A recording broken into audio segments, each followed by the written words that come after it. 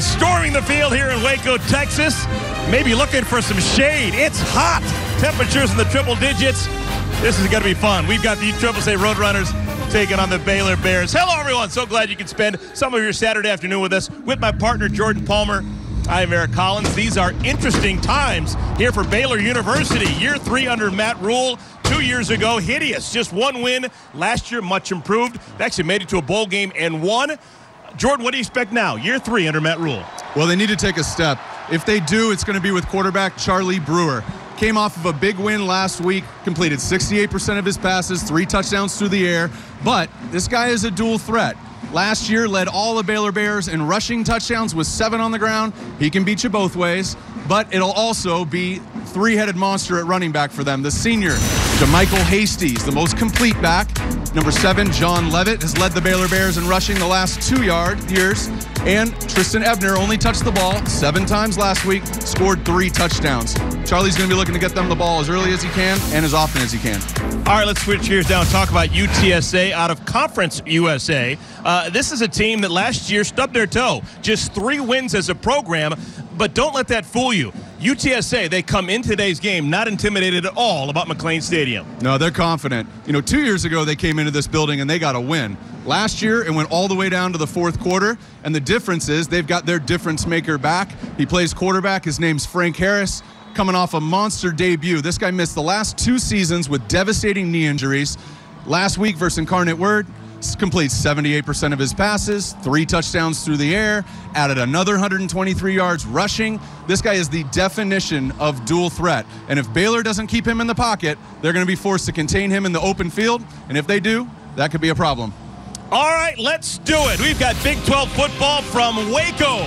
We've got Roadrunners. We've got Bears. We'll kick things off for you in just a moment.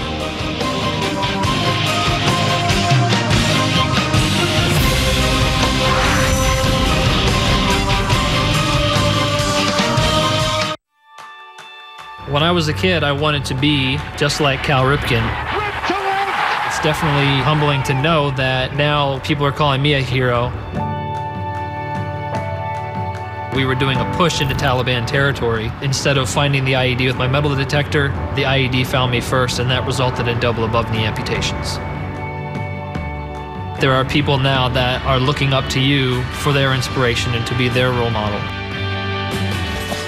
Nice to meet you. Good to meet you. Good. How are you doing? Meeting Cal for the first time was surreal. I mean, it's hard to describe the feeling of meeting somebody that you've always wanted to be like. You're realizing that there are people now that are looking up to you for their inspiration and to be their role model. And so it certainly is sobering. It comes with a weight of responsibility. It's so important that we continue to help veterans into the foreseeable future. For more information, visit saluteheroes.org. We all want our kids to grow up safe and healthy, so we show them how, and we tell them with honest conversations that let them know what we expect. That's especially important when it comes to alcohol and other drugs. Kids need to know the dangers and how to avoid them. And when it comes to pain medications, opioids, they need to know that they should never be taken without a prescription and never shared with friends or family. It's dangerous and illegal. So talk with your kids, because when you talk, they hear you. Education was the top priority for my parents. Even now, I can tell you my mom never asked me how football was. She just always asked me about my school, how's my GPA doing, and my classes. I do want to make my mom happy, so me going to school and doing what she wants me to do is what makes me happy as a person. It's the best feeling in the world. When I first saw my mom, it's always difficult for me to cry, but when I saw my mom, it was tears of joy. That was a very happy moment for me. Big 12 football is brought to you by Ford. Visit your best in Texas Ford dealer today and see why Ford is America's best-selling brand. Week 2 in the Big 12 continues here in Waco, and take a look at that, folks. Triple digits. Temperature is 101 on the field. It's closer to 105. This would be the hottest game ever played here at McLean Stadium, now in its 6th year of existence. A lot of smiles around the program as of late. The Baylor Bears doing good things. A win last week. They did it against Stephen F. Austin. 56-17 the final score. Matt Rule really liking the way this program is headed after some difficult starts. He'll be matching wits with Frank Wilson, real interesting guy, now in his 4th year, just the 2nd head coach that the Roadrunners have ever known. Last year, disappointment, but he's excited. He's got a quarterback, finally, who he believes can win, not only in Conference USA, but big non-conference games like this one. Baylor won the toss. They elected to defer to the 2nd half, so it will be UTSA, the Roadrunners, starting with the football, and we're going to get an early look at the sophomore Frank Harris at quarterback. Yeah, I'm excited to see this guy. One of the biggest things you got to do at quarterback in today's day and age is you have to be able to create time and space. What I mean by that is you have to be able to extend the play. Sometimes that's within the pocket. Sometimes that's getting outside the pocket. This guy can do it all. As I mentioned earlier, he's coming off of 2 big knee injuries, but man, he looks healthy, and I'm excited to see him get the ball in his hands. Last year, the offense was woeful for UTSA. Much improved, at least in week 1 against Incarnate Word, putting up 5 touchdowns and 35 points. Begins with Sincere McCormick on the ground, and he picks up 3 yards on 1st down. UTSA with those 5 touchdowns. A week ago, they did it on the ground, and they did it through the air. The guys up front, they believe, the best one, Spencer Burford, he's the left guard. He will be all over in terms of trapping and pulling. Yeah, and Carlos Strickland's the guy I'm looking at today. As for him, he started off high school recruit, was a receiver, moved around, 3rd school. Expecting big things today. Harris looking to pass, doesn't have nearly enough time. The middle linebacker, Clay Johnston, with the sack. Yeah, and this is what you're going to get when you get a school in Conference USA playing Big 12. There's still one-on-one matchups. And with right here with Sincere McCormick stepping in and protection responsibilities. Looks like they got 2 guys on 1 guy. Can't get his hat on the right side. And that's going to be a big matchup today. Is this Big 12 front 3 against this offensive line? They're big, and there's a lot of veteran presence on this offensive line. But with this defense, it's coming from a lot of angles. UTSA trying to avoid a 3 and out, and we've got movement before the snap. David Alvarez is today's referee.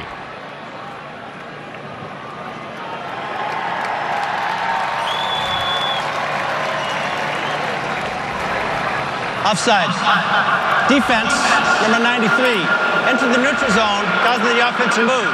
Still 3rd down. Junior James Lynch should have known better, and that'll help out UTSA.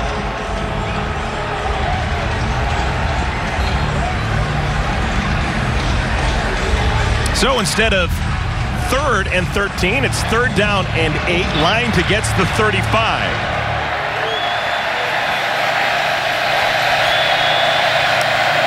Four receivers in the game. Designed rollout left side. Harris can run. Dives out close to the marker, but he'll be short. It'll bring up 4th down. Yeah, and 3rd and manageable is going to be where this UTSA offense is trying to get today. When you have a dual threat quarterback and you got playmakers at wide receiver that I think we're going to see make some plays today, that the whole game is really going to be won today, I think, early on when you're looking at 3rd and 3 to 3rd and 7. Rolling out to the quarterback's left hand right there as Harris is a lefty. Nobody open downfield, trying to make the most of it, but coming up short, and good stop for the Bears. So the punt team comes on. Lucas Dean.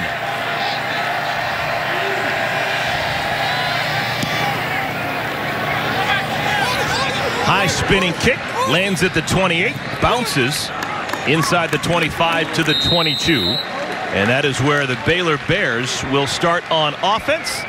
3rd-year quarterback out of Austin, Texas, Charlie Brewer will be the signal caller. Yeah, and Brewer is starting to look a lot like some of these Baylor quarterbacks we've grown accustomed to seeing. Prolific passer, you see he can drive the ball down the field, great decision maker. But he's a really good athlete too. Again, similar to Harris, not quite at that level. He can create time and space, and he can find ways to get guys open, not just from the pocket, but also extending the play outside the pocket. I'm looking for both out of Charlie today. Treston Ebner begins the game in the backfield behind Brewer. They fake it to him. Design boot right side. Brewer, the dump down, finds Denzel Mims, but a nominal gain. Yeah, when we were getting ready for this game this week, you realize this offense, in fact, the offense and the defense at Baylor, is just full of track athletes. I mean, there's a couple receivers, one guy, maybe better pass catcher, better route runner, but they can all run and they can stretch the field. Second down run, Ebner. First time this year he's run the football and not scored a touchdown. He had 2 carries, 2 touchdowns a week ago against Stephen F. Austin. Let's take a look at the offense for Baylor. Yeah, and as you talk to the coaches, Sam Tecklenburg is really the heart and soul of this offensive line up front. Denzel Mims, you're looking at right here, one of the guys who can just absolutely fly. And I'm excited to see. Sounds like he's got the best ball skills down the field. We know Brewer can throw it. I'm excited to see what he does when he gets beyond the coverage. Third down and 8, trying to avoid a 3-and-out. Brewer's pass is out of bounds, looking for the back shoulder, and Denzel Mims. So both sides have the football for only 3 plays before having to put the punt unit on the field. Yeah, and that's really just a miscommunication. It's not a misunderstanding on the route, but when you throw one of those back shoulder throws, if a receiver runs by the corner, then he's expecting it over the top, and if the DB is beating him down the field, then he's going to expect a back shoulder. Get that gray area when it's in between. When they're running side by side, step for step, and it's just that gray area. The quarterback sees it one way, the receiver feels it a different. Nothing to be alarmed about, just an early miscommunication. Isaac Power, redshirt freshman punter. Kirk Johnson back deep. That's a loud spiraling kick. Johnson calls for the fair catch and makes it at the 24-yard line. Whole bunch of nothing offensively for both sides. When we come back, the Roadrunners have the football.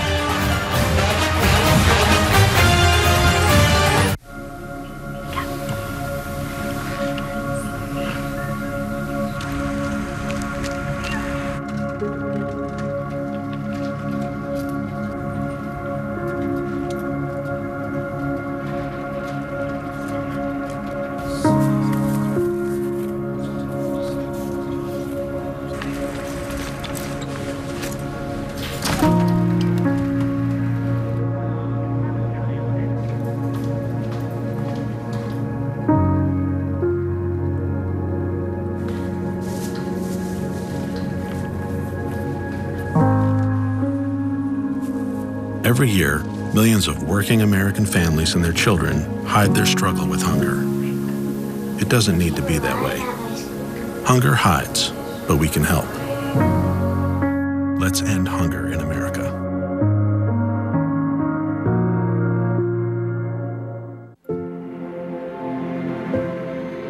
To a child battling a critical illness, a wish can feel like a dream.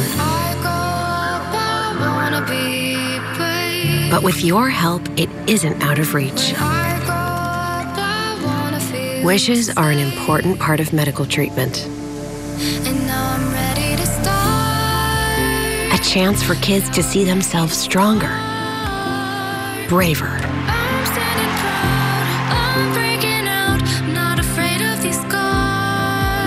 to see that the impossible is possible. Wishes can give kids the strength to fight, to get better, to grow up. Where there's a wish, there's a way. When you adopt a shelter pet, you discover all the things that make them unique. And your mother. They're a little bit of a lot of things, but they're all pure love. We are 6 plays into today's game. 3 on each side, 2 3-and-outs, UTSA and Baylor. Let's take a look at today's Principal Financial Group game plan.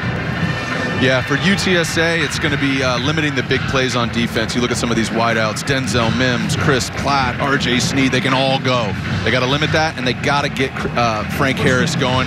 For Baylor, they got to contain Frank Harris. They got to keep him in the pocket. They got to hit him, and they can't let guys get open downfield because he can drive the ball.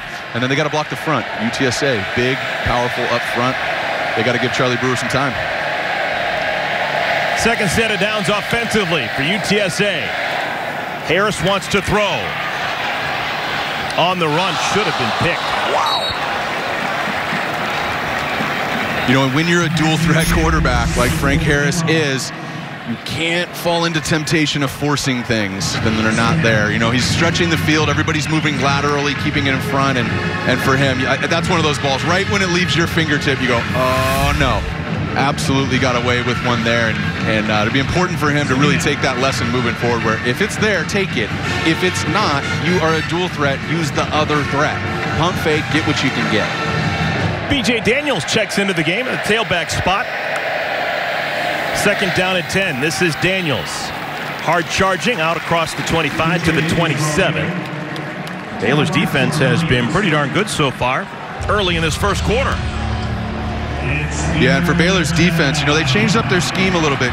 Defensive coordinator Phil Snow, they're running a 3-3-5, 3 linemen in the game, 3 linebackers, and then 5 DBs across the back end.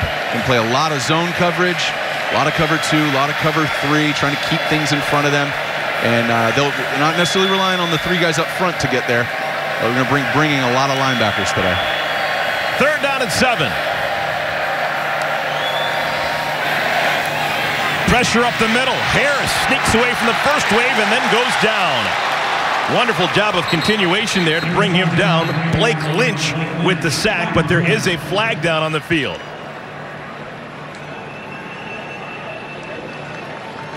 And the preliminary calls a hold. Holding. Offense, number 65. That penalty is declined. The result of play is 4th down. Well, so far to start, these have been coverage sacks by the Baylor defense.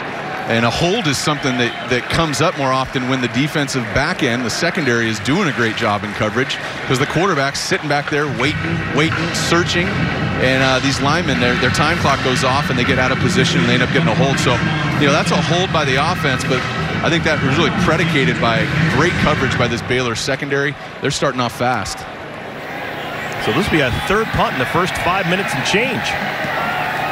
Lucas Dean, low line drive kick that takes a wonderful bounce for UTSA. That'll make it all the way down to the 30-yard line. Wasn't pretty, but it's effective. A punt of 44 yards, no return. Charlie Brewer, Jr. from Austin, will be under center when we come back.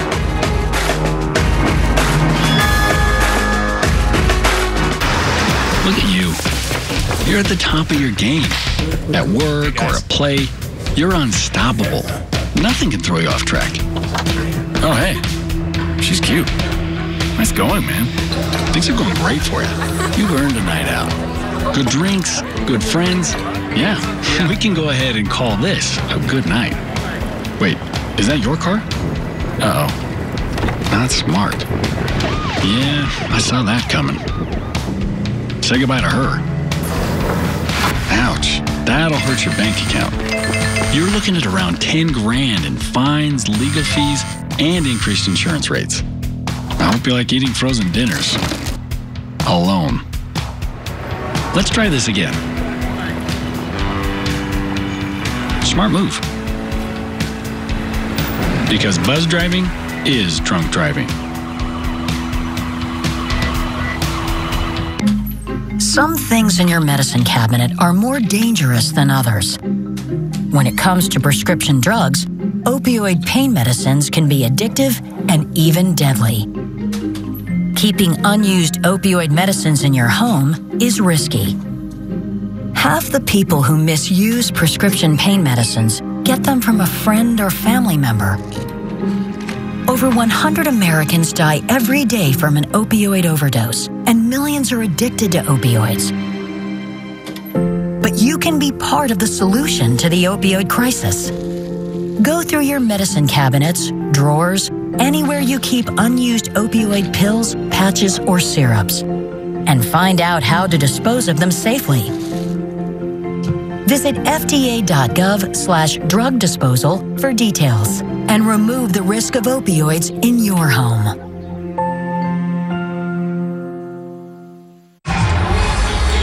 Kickoff temperature was 101 degrees. Take a look at the Baylor sideline. Looks like they're ready to combat the heat. They've got the heat huts. They've got the water misting facility. Like even the student section is getting hosed down.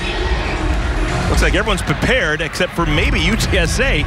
Their sideline, they've got a couple of fans, Jordan Palmer, but they don't have any of those extravagant cooling units. Speaking of fans, you look at these upper decks, people are actually backing up to sit in the shade as opposed to getting closer to the game.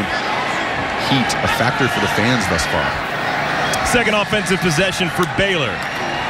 Charlie Brewer hands it off to Ebner. Changes direction, makes a man miss. Looking for the outside. He's got there. Look at Ebner go. Oh, my goodness. Ebner still on his feet inside the 20 and out of bounds. What a run, Preston Ebner. And this is all Ebner. This, like I said, this is a track team. You look around this huddle, it looks like the 4x400 team at Baylor. And this is just inside zone strong. He cuts back once. He cuts back again. Gets to the sideline. And you know, one of the key elements of any big gash running play is receivers blocking downfield. These guys are being selfless. You're getting hands on defenders. Monster run by Ebner. Big game last week. Great start this week. Career-long 55-yard run for Ebner.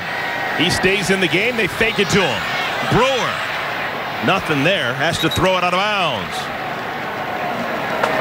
UTSA's defense is in trouble early. They had a 3 and out first time on the field, but right now they're having to defend the red zone. Yeah, they are, and they have some playmakers. You know, we heard a lot about Gerard Carter-Macklin this week being a great pass rusher. With Ladarian McFarland, strong. The strength for them is at the linebacker position. But then they also have Sevion Harris, a safety who can also make plays. And don't let him get his hand on the ball because he'll catch it. Fake to Ebner. Line drive incomplete, and a flag is down.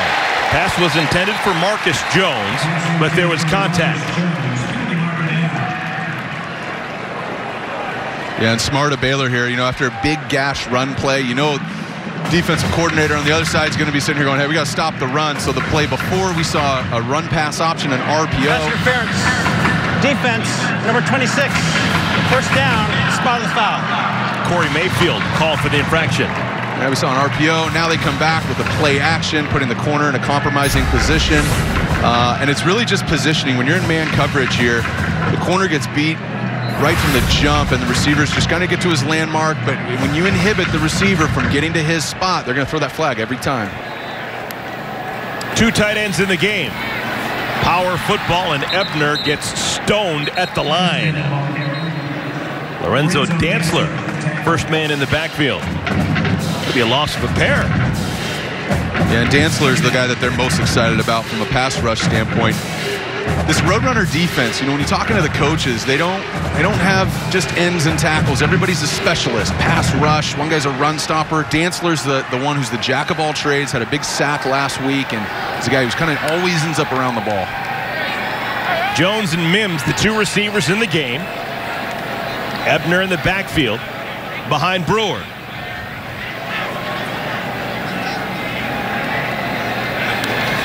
Second down. Play action to the end zone, looking for Mims. Touchdown, Baylor! It's not supposed to be that easy.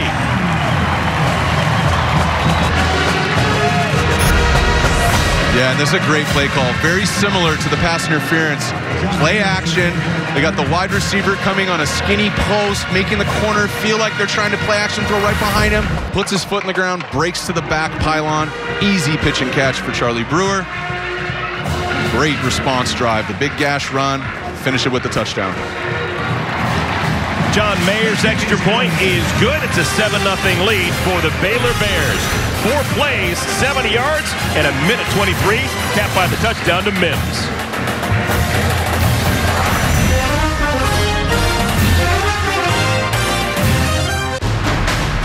So, your skin is breaking out, and you need a solution.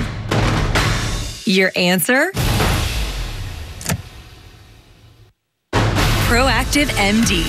Proactiv's the #1 acne brand in America because of results like this. And now, with Proactiv MD, things have gotten even better. The results even bigger.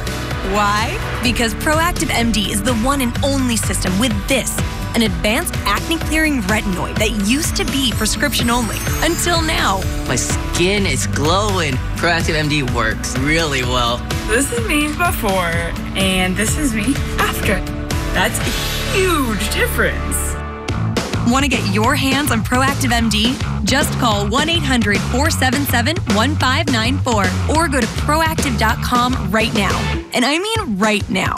You'll get the full Proactive MD system for more than half off, just $19.95. Plus, get ready for the best gift package ever. This is our new deluxe pore cleansing brush with 3 different brush heads, bristle for exfoliation and smoothing, a micro massage silicone head for sensitive skin, and a charcoal head to help magically draw out dirt and impurities. I really can feel the sensation of it clearing out my skin. It's an amazing feeling. You also get a free green tea moisturizer. The whole lineup is worth $142, and it's yours for just $19.95. Try the system yourself for 2 whole months. If it doesn't work for you, you get your money back, but you keep the gifts no matter what. The days of searching for an acne solution are over. Why? Because it works. Because it works. Because it works. Because Proactive MD works. Yeah, it really works. Proactive MD. Order now. Yeah, just looking back at this touchdown, a few plays ago, we got a pass interference, play action. And you look right here, right as Brewer puts the ball right in the running back's belly, the safety comes down. The corner right here is inside leverage. He's trying to protect against that post. A play action, bringing the safety post. He's playing inside leverage, and Mims putting 1 foot on the ground towards the post. There's nothing left outside, and you don't throw too many touchdowns that have that big a space between the receiver and the DB. That was an easy one, but it was really, really well executed, and it was also very well set up by this Baylor offense.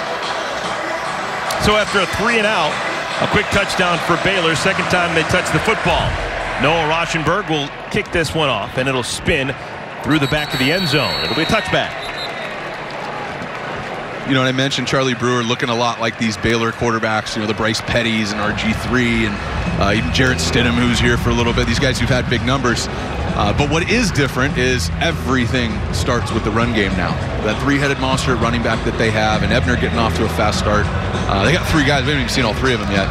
But when you can run the ball like that, and this is what Rule wants to do. You know, he was at Temple. They were a great run team, great play action team. They still mixed it up and had RPOs. But if Baylor can run the ball like this consistently, it's going to open up the rest of the offense. UTSA back on offense. They start at the 25. They put the tight end Leroy Watson in motion. Harris just looking for a quick completion, get the confidence going. Hits Sheldon Jones. That's a pickup of 5. Yeah, that's exactly right. Getting the quarterback in a rhythm is so important, particularly when you're on the road, particularly when you're in a game where you're not favored. As a quarterback, you just want to get in a rhythm. I don't care if you're 3 for 3 for 8 yards. I just want to get in a rhythm. They've had a slow start. Frank Harris only played 1 game in the last couple years. It was last week. And getting him in a rhythm early is going to be important. Second down at 5. McCormick spins out close to the marker. It's going to bring up 3rd down and a yard. You know, this Roadrunner offense has had 3rd and longs thus far today. So just getting to a 3rd and short, 3rd and manageable. They've got to be able to convert on these to extend these drives. Until they're going to start making big plays in the pass game or gash them on runs, these have got to be converted. Quick hitter. They get it to Joshua Cephas. First catch for Cephas. Didn't actually play at all a week ago, but had a wonderful week of practice, and Cephas on the field and catching the ball for the first down for the Roadrunners. Yeah, good for him. This is a true freshman. I know these guys are really excited about, you know, from going from not playing last week to saying, hey, you know, this guy might start for us today. And he's a taller guy, just like the rest of these guys. These guys, Ogle Kellogg goes 6'4", Tyreek Woolen 6'5". They got some big wideouts outside. Looking to get them the ball as many different ways as possible. Play action. Harris throws a bullet. It's complete up high. And barreling forward to the 48-yard line is Tyreek Woolen. He is probably the speediest of all the Roadrunner receivers. Yeah, this guy's dynamic. He was a basketball player, track athlete. group kind of feels like he's got the most speed. He's an honor roll kid. He's just kind of like an all-around athlete. I'd get it to the 6'5" guy if you can. McCormick, another first down for UTSA. It's back-to-back first downs. They cross midfield for the first time. Sincere McCormick, another true freshman, as Coach Wilson's looking to build this program. He's got some key guys playing, young guys at key positions. And going quickly, maybe too quickly. UTSA, there's a flag down. Appears that someone wasn't ready. False start. Offense. Not all 11 players were set after they're ready for play. 5-yard penalty. Still first down. Remember, the bugaboo a week ago for UTSA was the penalties. Frank Wilson's team had 13 penalties for 145 yards.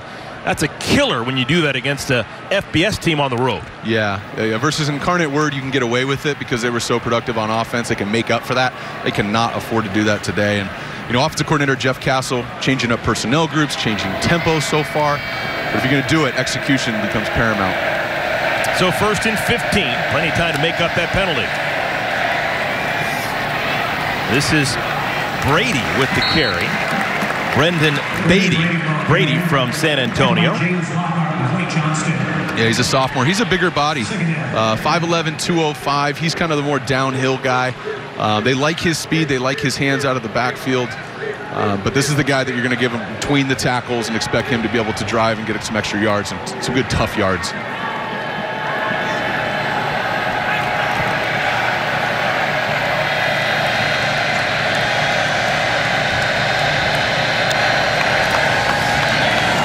McCormick has to spin away from Lynch and make something positive out of what could have been a negative play.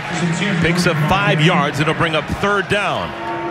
Yeah, this is what they're getting so excited about this true freshman. He's 5'9", he's 200 pounds, but he can stop and start. And this is a great finish to the run here. I love how he's playing with his pads down, but sometimes just breaking a tackle in the backfield and avoiding a loss, especially early in the downs, which sets you back so much. Him just making somebody miss in the backfield and just fighting for it, even just for a couple yards, becomes a drive-changing play. Because if they make that tackle there, and you're looking at 2nd and 13, 14, it's just very, very different than looking at 2nd and manageable. We've got a man down for Baylor. That's Chris Miller, senior from Frisco, Texas. And both sides using this opportunity to go back to the sidelines and talk over what could be an important 3rd down and 7. Yeah, they're finally in Baylor territory. They've got some momentum. We talked about Frank Harris just getting in a rhythm. I think he's in one right now. They got running backs making plays, and I don't see anything out of UTSA that makes me feel like they're not confident that they can block these guys and make plays. So as we come out of this break and come back, and big 3rd down for the UTSA offense.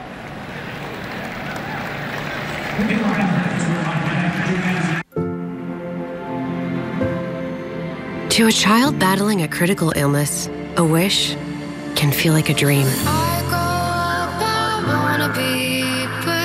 But with your help, it isn't out of reach. Wishes are an important part of medical treatment. A chance for kids to see themselves stronger, braver,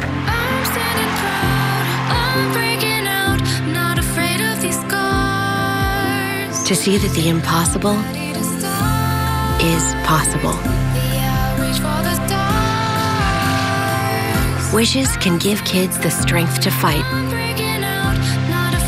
to get better, to grow up. Where there's a wish, there's a way. Saturdays are game days. Touchdown! It's time to put up or pay the price. Offensive showdowns. This kid can play. Defensive stands. He gets sacked. Storied schools. And bitter rivals. College football has it all. Yes! And everything To the end zone. is on the line. Touchdown! Big 12 football. All season long. This anticipation. Oh my goodness. There's nothing to compare to what we're going through today. Oh my. Holy smoke. Oh my goodness. Blow it down.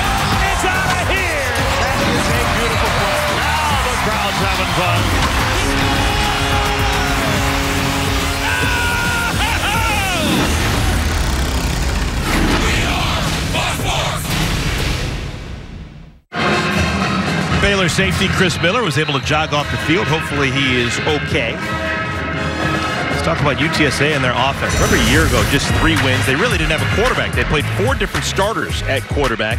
Right-hand portion of your screen was their 2018 season high in those categories. They were better than all those categories last week against an incarnate word. Yeah, monster start. We talked about Frank Harris, back-to-back ACL injuries. 1 in high school, 1 last year. Long time coming, over 1,000 days since he played last. And, man, he started off hot last week, and they got a little momentum going now, and an awesome opportunity here on 3rd and 7. Maybe 4-down territory, the way that UTSA likes to play. Harris flushed, and the pass is incomplete. Broken up. Good hit by Raleigh Tejada. Pass intended for Woolen. Tejada's not a big man, just 5'10", 180, but he laid some force down and knocked the football out. Yeah, and he can roll. This is another one of the guys who's actually on the track team right here. Speedy, runs the 100, runs the 200. Comes from a family. His brother plays corner at TCU. And they like him a lot. They think he's their best cover guy in space. And when you're that fast, when you're that confident, you don't have to be that big to play corner. And huge 3rd down stop for Tejada.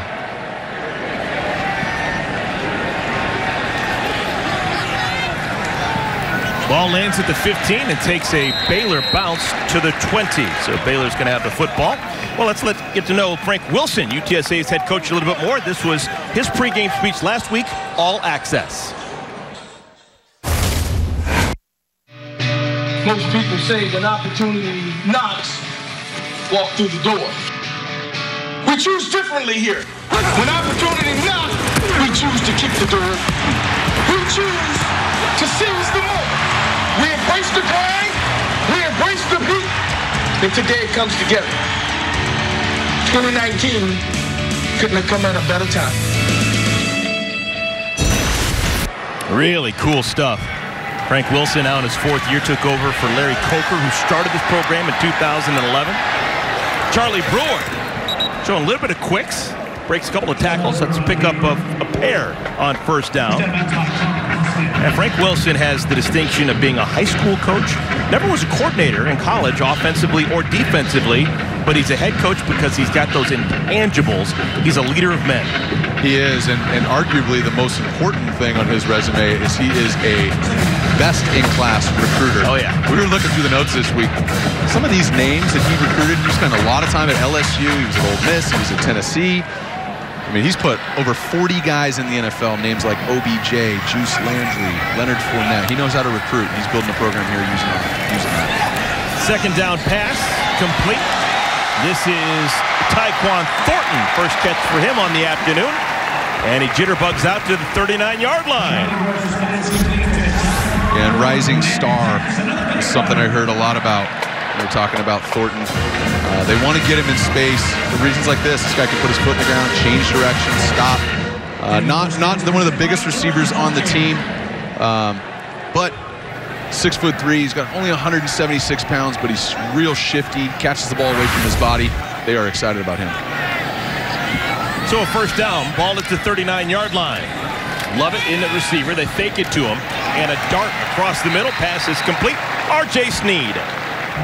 That'll be another 1st down for the Bears. And R.J. Sneed finally getting involved. This is a guy that has put up big numbers consistently. I keep saying it over and over again. He's another wide receiver for this offense that can roll, but I think he's going to be involved a lot today. Lovett with a carry. Breaks that front wall and gets out to the 40-yard line. Pickup of 9 on 1st down for the junior from Burlington, New Jersey. Lovett leading the team in rushing yards each of the first 2 seasons on campus. This time nowhere to go. I don't think he got the 1st down marker. Balin Baker right there in the middle of things, and it's going to bring up 3rd down. You know, it's easy to talk about guys in skill position, say this guy's a really good athlete. Well, John Lovett is rotating in at safety in the spring. He's one of the very few guys who can play dual threat, almost a Jabril Peppers type athlete. They want to get him the ball on offense, but they want to get him the field as much as possible. Jumbo package for Baylor on 3rd down and 1. And the quarterback Brewer is going to sneak it for a first down. Always been curious. You're a former quarterback, played at UTEP for 4 years. What's the key to running a good quarterback sneak? I mean, not having to do any of the work. Getting behind the right center guard combination. Usually walk to line of scrimmage, and if there's not somebody head up on both guards and a center, in that case, you're going to go behind your most powerful lineman. But if you get some sort of, the term is shade, so on, there's a defensive lineman between one of the guard and centers, but not the other two, you're essentially just going to go to daylight. And it's so important for those guys up front. They're not trying to drive anybody off the ball. They're just trying to not get driven off the ball, create some sort of push. And as a quarterback, I think you just lean, and then you kind of just feel it out. There's never really big hits on the quarterback at that point because nobody's coming from any distance. You're getting behind those guys, you're leaning forward, and you're just trying to fall forward, particularly when the distance is that short. Now, sometimes you see quarterbacks who are really good at sneaks, and it makes a difference. That's King Newton, who's leaving the game. He was down for a moment. Famous last name, of course, for King Newton. His father, Nate Newton, three-time world champ with the Dallas Cowboys. King is one of 12 different linemen that will be rotated in this afternoon in this 100-degree weather for UTSA. First down and 10. Love it. Left side. Love it. Down to the 20. So previous drive, it was Tristan Ebner. This drive, it's John Lovett and a 19-yard gain. Yeah, and these guys aren't even making contact with these backs until beyond the line of scrimmage. And you get guys with speed like Ebner in space, you don't want to be tackling them 5 and 10 yards down the field. Casey Phillips getting some playing time. Number 79 looked a bit confused. False start. Offense, number 79, 5-yard penalty, still first down. Phillips didn't start the game, but he is highly thought of, and they wanted to make sure he got some playing time. And he was caught unawares.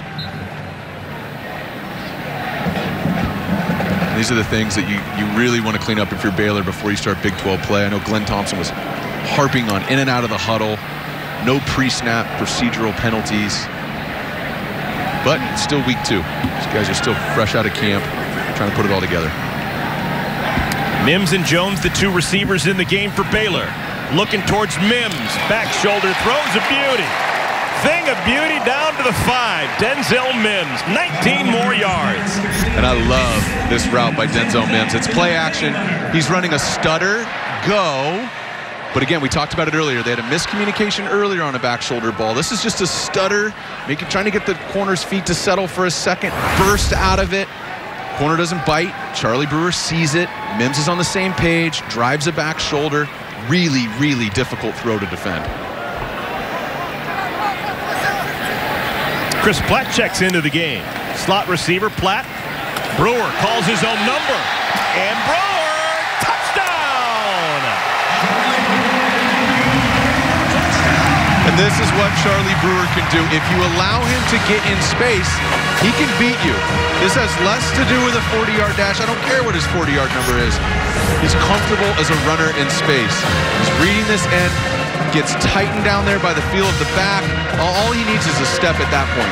All you need to be able to do is get a step and get some leverage on the outside, contain defender. Charlie does it, finishes. Had 7 rushing touchdowns last year leading Baylor, adds 8 starting off the season this year. Great drive by the Baylor offense. John Mayers up and through. It's now 14-0 Baylor. Yeah, and Charlie Brewer, he ran a lot in high school at Lake Travis, won a championship there. You don't have to be dynamic to be able to do these zone reads. You don't have to run a 4-4 to run these zone reads. What you have to be able to do is make smart decisions. Give it to the back when it's close, pull it, and when you do pull it as a quarterback, you better be right. You better have gotten outside of their contained defender. Because when you don't, it's a big loss. When you do, it's a gash. And Charlie Brewer, he did it in high school. He's done it a bunch in college. Doing it here today. Tough to stop. They have to have another defender down there. And Baylor just showing them so many different looks, whether they're running the ball, they play action, they're isolating receivers, they're running the zone read effectively. Baylor offense is exciting. Yeah, they had that 3-and-out to begin the game. But since then, it has been relatively uncontested touchdown drives. Rauschenberg will kick it off again. Baylor Baylor and UTSA playing the rubber match. Rare that you see non-conference teams play 3 straight years against each other. But they have. 2017, UTSA winning here in Waco. Last year down in the Alamo Dome, it was Baylor getting revenge. And now a chance to take the series, whoever wins this afternoon. Yeah, and similar, these programs are different programs, but they're in similar junctures in their career. You know, Frank Wilson, this is his 4th year. Matt Rule, this is his 3rd year. They've had ascending win totals. Now, last year, UTSA took a big step back, but again, they played 4 different quarterbacks last year. They lost Frank Harris to the knee injury. So both programs heading in the right direction. They both got a win against each other. Both have a huge opportunity today. UTSA to make a statement, Baylor to get right on track. We love this. We're getting excited for this game. We got excited because it really is an even matchup. These programs are in similar points in their career. Just saw Chris Miller back on the field. That's good news. Had to leave last time Baylor was on defense when he got shaken up.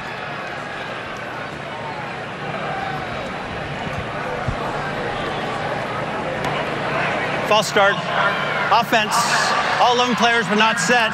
Number 89 went in motion. While lineman was going down. 5-yard penalty, still first down. That's the 3rd enforced penalty against Frank Wilson's team here in the first quarter. Yeah, this is the most frustrating thing for an offensive coordinator. It's the pre-snap penalties. Pass interference happens. Holding happens. A lot of these things happen. But these are unforced errors. This is missing a layup. This is missing a 6-inch putt. The unforced errors are the first thing you want to remove as an offensive coordinator, and unfortunately, UTSA's had a couple. Uh-oh, ball's on the ground. Harris picked it up and got whacked. Clay Johnston saying, sorry about that, but it's football. Hey, you got to remember, it's college football, so the minute he picks the ball up, his knee is down, he is down, but he still took a hit. Yeah, he takes a big hit. This is he's down. This is bad by UTSA offense, but I mean this definitely could have been a penalty, incidental or not. So after the penalty and then the bad snap, it's 2nd down and 20. McCormick next to Harris in the backfield. And that's going to do it for our first quarter of play. Maybe UTSA can regroup here at the quarter break. It has been all Baylor so far. A couple of touchdowns. They lead the Roadrunners by a score of 14-0. When I was a kid, I wanted to be just like Cal Ripken. It's definitely humbling to know that now people are calling me a hero. Instead of finding the IED with my metal detector, the IED found me first, and that resulted in double above-knee amputations. It's hard to describe the feeling of meeting somebody that you've always wanted to be like. There are people now that are looking up to you for their inspiration and to be their role model. Visit saluteheroes.org to learn more. Saturdays are game days in the Big 12. Touchdown! Storied schools and bitter rivals. Big 12 football all season long. Trisha's having a sleepover tonight. Can I go? I wonder about Lucy's friends. What should I say? I know you're only 10, but one of these days a friend will offer you a drink. And alcohol at your age can lead to so many things. None of them good. So can I go to the sleepover? Lucy, I want you to promise me something. I finished my homework. Bigger promise. If there's any drinking, I want you to say, no thanks, not my thing. Mom. I promise you, your real friends won't care. Deal? Sure. Really? I promise, Mom. They really do hear you. Did you pack your toothbrush? For tips on how to start the talk, visit underagedrinking.samhsa.gov. A public service message from the Substance Abuse and Mental Health Services Administration. Welcome to the Big 12, a place unequaled in spirit, where back-to-back Heisman Trophy winners speak to undeniable power, while a lack of divisions and the most challenging path to a championship demand unrelenting commitment. Welcome to the Big 12, a conference unlike all others, where pride is unlimited, competition is unsurpassed, and champions are unleashed. Big 12 football here in Waco, Texas. It has been all Baylor, the homestanding Bears, a 14-0 lead over Frank Wilson's UTSA Roadrunners. Here's your 15-minute stats, total yards, 100 yards in favor of the Baylor Bears. Yeah, and it's been two things. Baylor's secondary, they've had a bunch of coverage sacks. I'm sitting up here in the booth, I don't see a lot of open guys for UTSA, and they've been firm up front. You know, they've been getting pushed, they've been getting a push into the backfield with their interior players, and then their linebackers in particular. You know, Clay Johnson, who we just heard about all week, you know, he's just all over the place, the fifth-year senior. Second down and 20 to begin our second quarter. UTSA. McCormick dives forward. That still brings up a third down and a bunch. James Lockhart on the tackle. Yeah, it's so important here for Frank Harris not to get greedy, not to get too aggressive. Got to play the field position game. It's 3rd and 17. You're backed up. You're on your own 18-yard line. This is not the time to force something. Get what you can get a piece back, and allow your punter to have a bunch of space to be able to change the field position. UTSA 1 for 4 third down conversions. Tight end Strickland goes in motion. Just a 3-man rush. And Harris is going to have to beat the entire Bear defense for the first down, and that's hard to do. Nice open field tackle, Terrell Bernard. Yeah, and Terrell Bernard, this is a sophomore player that they're really excited about. Big-time leader here, acts like a senior, vocal, presence, getting practice going every single day. He's an energy changer. And like you said, that's a great, just to get Frank Harris on the ground in the open field is an accomplishment. Braylon Arlen back deep to field this punt.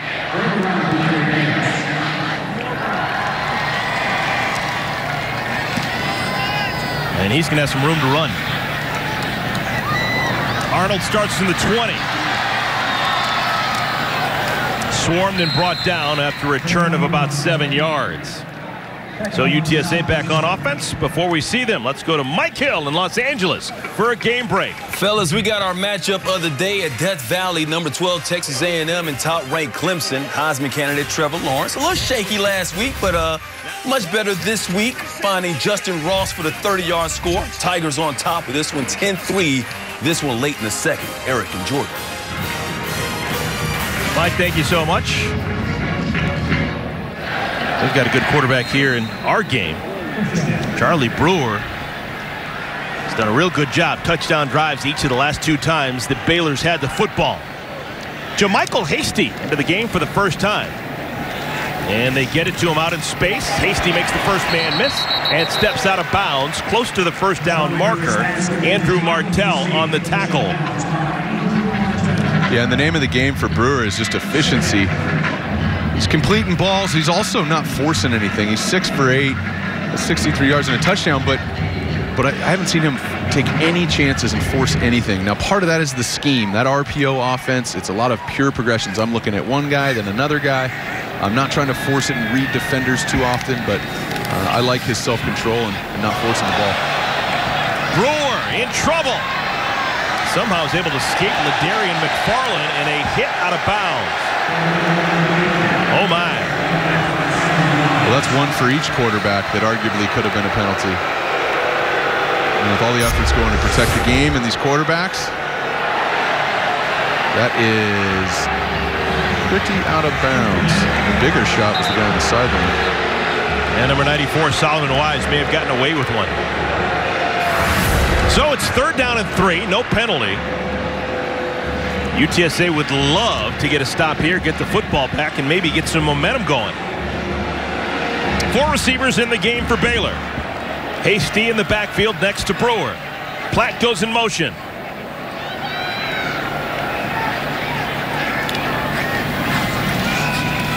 Brewer, complete, finds Snead, enough for the first down. And real delayed whistle. I thought he was down, but the whistle never blew. I rolled over the top of him.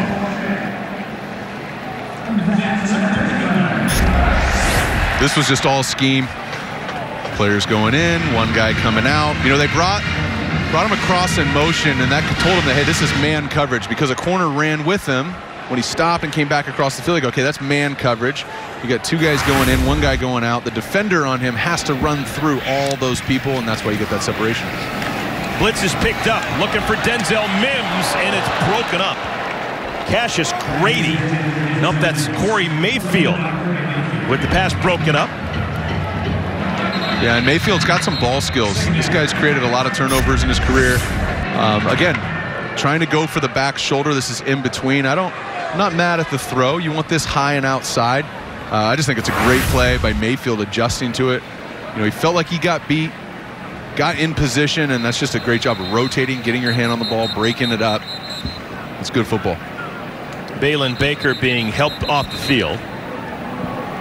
Fifth-year senior defensive tackle.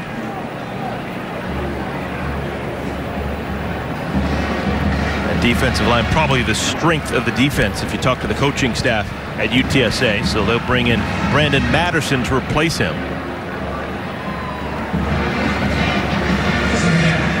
Second down and 10.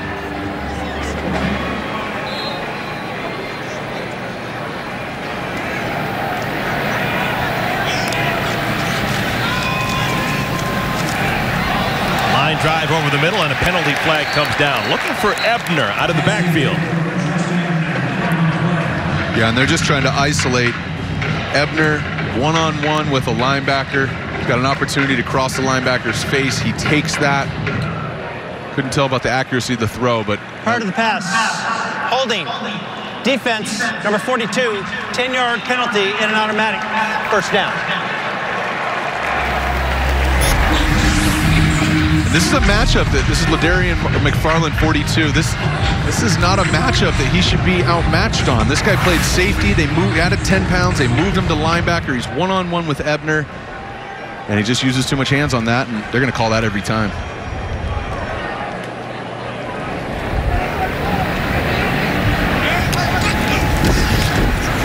More play action.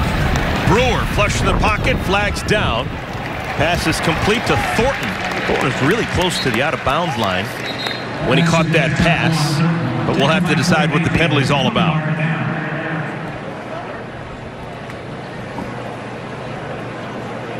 Flag came out almost right when the ball was snapped. Holding. Offense, number 63, 10-yard penalty, still first down. Former Clemson Tiger Jake Frumorgan now starting at center this year after being the left tackle last year. Yeah, and that's what you can't do on offense is you got momentum, you're running the ball, you're play actioning it. He just gets out of position. The defender comes across his face, and as soon as you do that, your arm gets hooked on there, and it just looks and feels and smells like a hold, and they're throwing that flag. That's an easy one to see. So first down at 20. Underneath, pass complete to Mims, and he is crushed by a couple of Roadrunner defenders. Paid the price for a 4-yard reception. And Charlie Brewer might have had the seam down the middle of the field, but as I alluded to earlier, he just doesn't appear to be a guy who's going to force the ball when it's not there. First and forever, gets a small piece back. Now on second and long, second and 16 here. Got to try and get another piece back to get the third and manageable.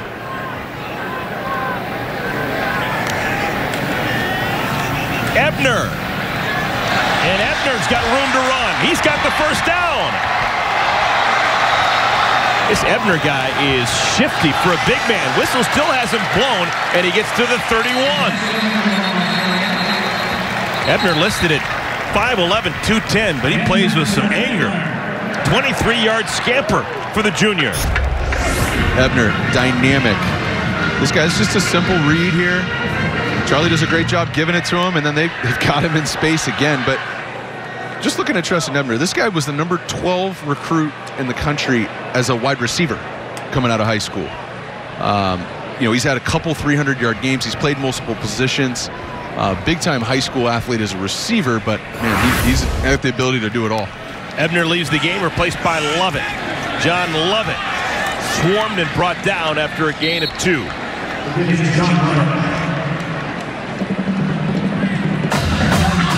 Yeah, and Ebner on the day. 77 yards. Oh, goodness. UTSA 46. And again, after last week, he only touched the ball 7 times. 2 rushing touchdowns, 2 carries, 2 touchdowns, 5 catches, 1 touchdown. I mean, I don't think you have to be a world-class thought leader in football to go, let's give it to him. His longest run today, 55 yards. That's longer than anything we've seen cumulatively for UTSA. Brewer wants a bunch. Left side. Got it! Touchdown! Denzel Mims! And this is an absolute dime by Brewer. They're showing these corners 3 or 4 different back shoulder looks. They showed him a fake post, put your foot in the ground, go to the corner. I don't know what they think they need to do to stop them, and he just goes by him on this one. But this is all the throw. This is an absolute dime. Only place the ball can go. Charlie Brewer feeling himself, having a day, stepping into it with confidence and conviction. And I would too if I was throwing to receivers like these guys. Now that was an 8-inch advantage for Mims. He's 6'4", and then you get the 5'8" Cassius Grady. Great job by Mims too. We heard about ball skills out of him all week. This looks like a routine catch, but this is catching it at the furthest point away from your body with stuff in front of you. You're also managing the sideline. This looks a lot easier than it is, but again, Charlie Brewer stepping into it, letting it go. This dude can throw the laces off of it. I mean, the way he's finishing all these throws, and I haven't seen him miss yet. Already 5 catches, 2 touchdowns for Mims. Extra point is true. That makes it a 21-0 lead for the Baylor Bears. Denzel Mims having a day. Bears smiling early.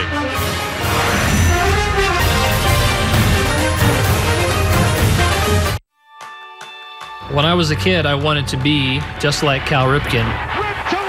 It's definitely humbling to know that now people are calling me a hero.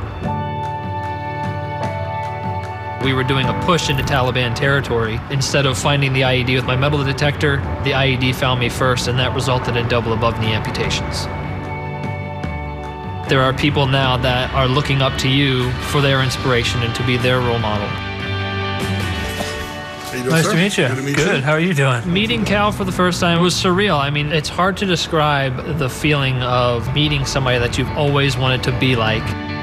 You're realizing that there are people now that are looking up to you for their inspiration and to be their role model. And so it certainly is sobering, and it comes with a weight of responsibility. It's so important that we continue to help veterans into the foreseeable future. For more information, visit saluteheroes.org. This is what high blood pressure looks like. Talk with your doctor to create a treatment plan that works for you. Go to loweryourhbp.org. No one gets a diploma alone. You need support. When I was a kid, I wanted to be just like Cal Ripken. It's definitely humbling to know that now people are calling me a hero. We were doing a push into Taliban territory. Instead of finding the IED with my metal detector, the IED found me first, and that resulted in double above-knee amputations. There are people now that are looking up to you for their inspiration and to be their role model. Nice to meet you. Good. How are you doing? Meeting Cal for the first time was surreal. I mean, it's hard to describe the feeling of meeting somebody that you've always wanted to be like. You're realizing that there are people now that are looking up to you for their inspiration and to be their role model. And so it certainly is sobering, and it comes with a weight of responsibility. It's so important that we continue to help veterans into the foreseeable future. For more information, visit saluteheroes.org. Yeah, a real nice first half offensively for the Baylor Bears. They have scored 3 touchdowns. They lead 21-0. Denzel Mims has been the offensive star so far. 30-yard touchdown catch, now with 5 catches already, and those 2 touchdowns here in our first half. Yeah, and it's no surprise. He's tall, he's long, he's got ball skills, he's fast. And coming off last year, I mean, he had 8 catches for 133 yards and a touchdown last year too. So, I mean, they've thrown back shoulders to him. They've thrown a post corner to him. They've thrown one over the top. He's come across the field, caught the ball underneath, moving him everywhere. Charlie Brewer, keep going to that guy. Rauschenberg. And another touchback. All right, let's talk about the UTSA offense. Remember a week ago, they were close to perfect in the first half against Incarnate Word, but I guess it's safe to say that Incarnate Word and Baylor out of the Big 12 are totally different animals. It would appear so. The ugly part of it is the pre-snap penalties, because that's just an unforced error.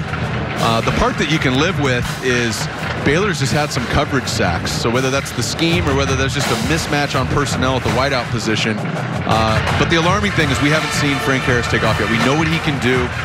You know, we heard the Baylor defensive guys at the end of last week's game already talking about today and how good Frank Harris is. We'll see him get in space. A speed sweep to Sincere McCormick. True freshman runner. Picks up 4 on first down. Chris Miller, who was banged up a little bit in our first quarter, back on the field, makes that tackle. Yeah, the majority of this half, we've seen UTSA have 2 tight ends in. They got same thing here, though. That's 12 personnel. That's 1 running back, 2 tight ends, 12. But we haven't seen them get involved yet. Looking for UTSA to get these tight ends involved. Quick hitter to one of the tight ends. This is Carlos Strickland. Strickland, the most talented of the tight ends, barrels forward to bring up 3rd down and short. Yeah, and that's smart. Strickland, a guy that we've been at our eye on all week. He was a big-time wide receiver recruit out of high school, one of the best in the country. Went to Cal, lingering hip injury, goes to Kansas State. Hip injury doesn't get better. Walks on. Actually, I'm sorry, he goes to UTSA, enrolls as a regular student, does a whole year to rehab, walks on. They watch him run routes. They hand him a scholarship immediately. Looking for him to get involved. 3rd down. Important for the Roadrunners to stay on the field offensively. Just a 3-man rush. Nobody open. And Harris goes down. He had a bunch of time, but nobody was home. Clay Johnston with the tackle behind the line of scrimmage. And this is just another coverage sack. I don't know where Frank Harris is supposed to go with the ball here. As you get outside the pocket, they're really trying to get a rub route here to the flat, to the running back, to Sincere McCormick, but it's zone coverage. And so it just pass it off. There's nothing there. And now you got a left-handed quarterback rolling to his right, which is just really, it's difficult to throw, one. It's difficult, two, to just get your shoulders square. So you're limited options because you got a man route versus zone coverage, quarterback, lefty, rolling right. Tough 3rd down conversion for UTSA. And a penalty comes in.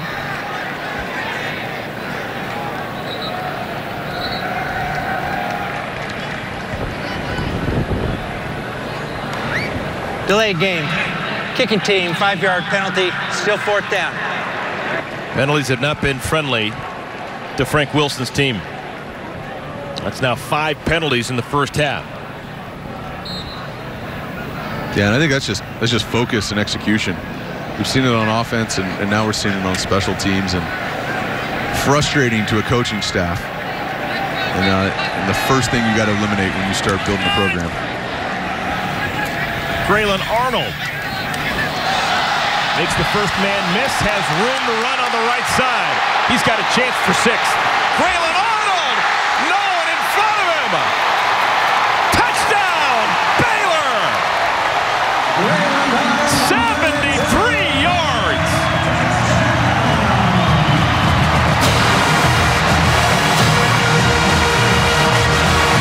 And Matt Rule has got to be so excited about this right now. They've been dominant on offense the last week and today, but to be able to get a big-time punt return.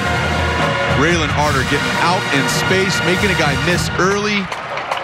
Other guys on the return team getting blocks downfield. It's as exciting as he gets, and this is why this stadium just erupted. You got a team full of track athletes. You got to think you're going to take at least 1 or 2 punts back a year. But week 2, that's exciting.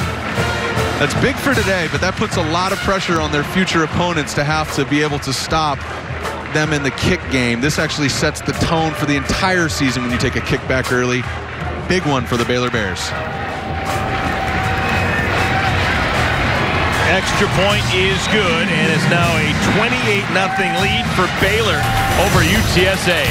73 yards to Pater for Braylon Arnold, and things are going all Baylor's way here in Waco.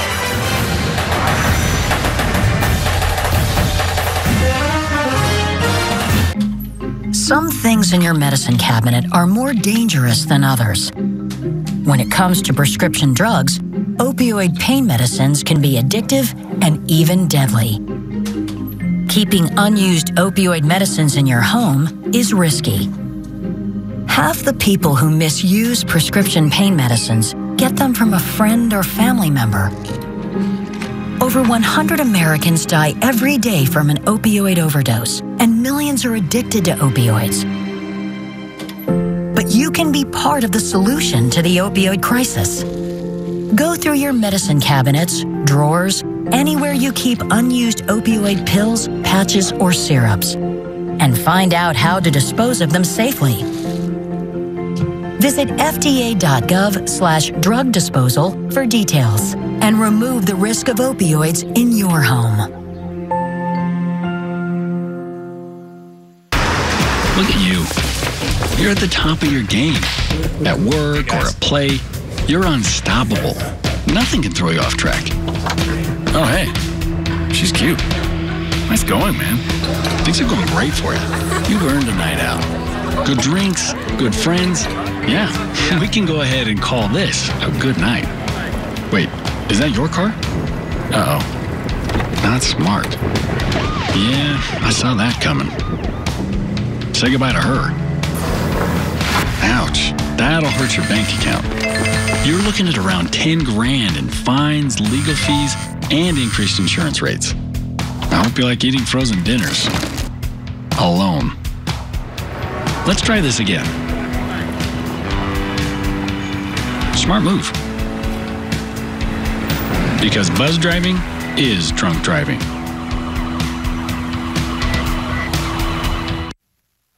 Graylin Arlen, how do you do?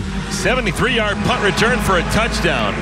And the Baylor Bears flexing their muscle all over UTSA. Remember, this is the UTSA team that defeated Matt Rule's Baylor Bear team on this field just 2 years ago. So the times they have changed quite a bit. Yeah, and I think it's a lot of improvement in the Baylor secondary. We haven't seen a ton of pass rush out of Baylor. They really are coverage sacks. And then these young receivers 2 years ago are now juniors and seniors, and the guys they've added, Ebner, some of these newer guys are making plays, and then just the development of Charlie Brewer. We haven't seen him take any chances, any unnecessary throws, and he's been efficient. Yet another touchback. Yeah, and UTSA just struggling to get anything going on offense. We've seen them get outside the pocket, sprinting to no avail. Had a couple of successful runs, but nothing of significance. Starting to use their tight ends on the last drive, kicking one out to Cortland. But we also have not seen them yet stretch the field, drive the ball down the field, nothing at the perimeter. So I'm looking for UTSA. It's got to be going down the list here of all these plays going, all right, what can we pull out here? We'll get some chunk yardage to finish this half and put a drive together and get some momentum going. Sixth offensive possession for UTSA. Sincere McCormick is dumped. Neandre Zuzwan, junior college transfer from Boston, Massachusetts. Yeah, and Zuzwa is one of the more physical players on this team. See him read this out, and he's just back there. You say set hut, and he's in the backfield. There's not a lot of plays that are going to work on that. Zuzwa from the same hometown as Rocky Marciano, Brockton, Massachusetts.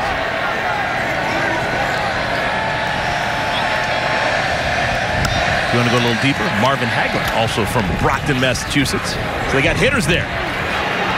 Harris has to throw it away. That'll bring up 3rd and 15. Good golly, Miss Molly. This isn't what we expected. Frank Harris a week ago was a virtuoso against Incarnate Word.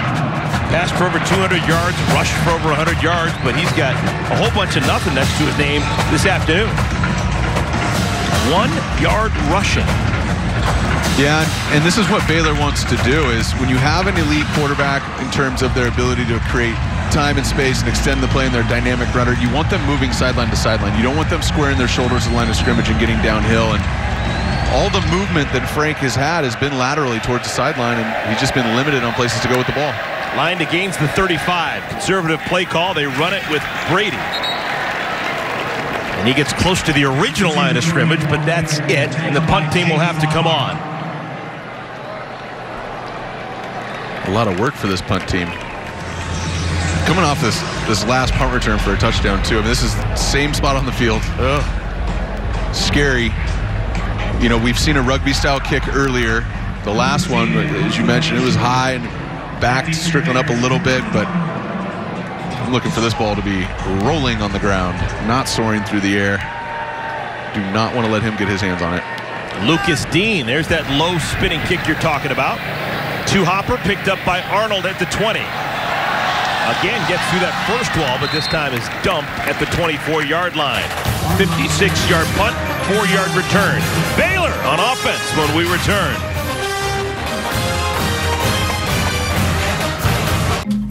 Some things in your medicine cabinet are more dangerous than others. When it comes to prescription drugs, opioid pain medicines can be addictive and even deadly. Keeping unused opioid medicines in your home is risky. Half the people who misuse prescription pain medicines get them from a friend or family member. Over 100 Americans die every day from an opioid overdose, and millions are addicted to opioids. But you can be part of the solution to the opioid crisis. Go through your medicine cabinets, drawers, anywhere you keep unused opioid pills, patches, or syrups, and find out how to dispose of them safely. Visit fda.gov/drug disposal for details and remove the risk of opioids in your home.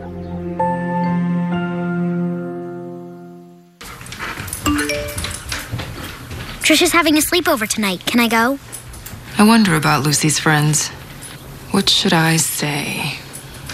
I know you're only 10, but one of these days a friend will offer you a drink. And alcohol at your age can lead to so many things, none of them good. So can I go to the sleepover? Lucy, I want you to promise me something. I finished my homework. Bigger promise. If there's any drinking, I want you to say, "No thanks, not my thing." Mom. I promise you, your real friends won't care. Deal? Sure. Really? I promise, Mom. They really do hear you. Did you pack your toothbrush? For tips on how to start the talk, visit underagedrinking.samhsa.gov. A public service message from the Substance Abuse and Mental Health Services Administration.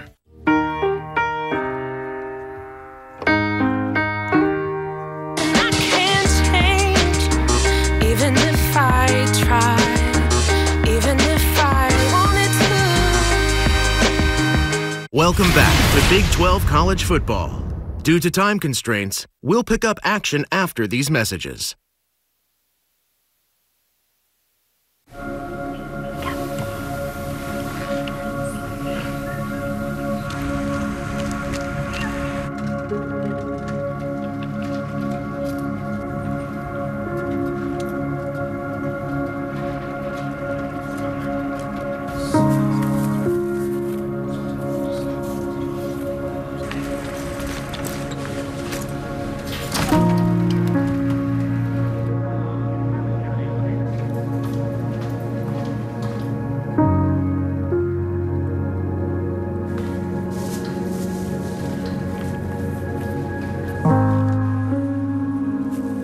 Every year, millions of working American families and their children hide their struggle with hunger. It doesn't need to be that way. Hunger hides, but we can help. Let's end hunger in America.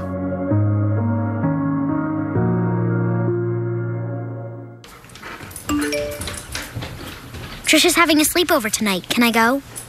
I wonder about Lucy's friends. What should I say?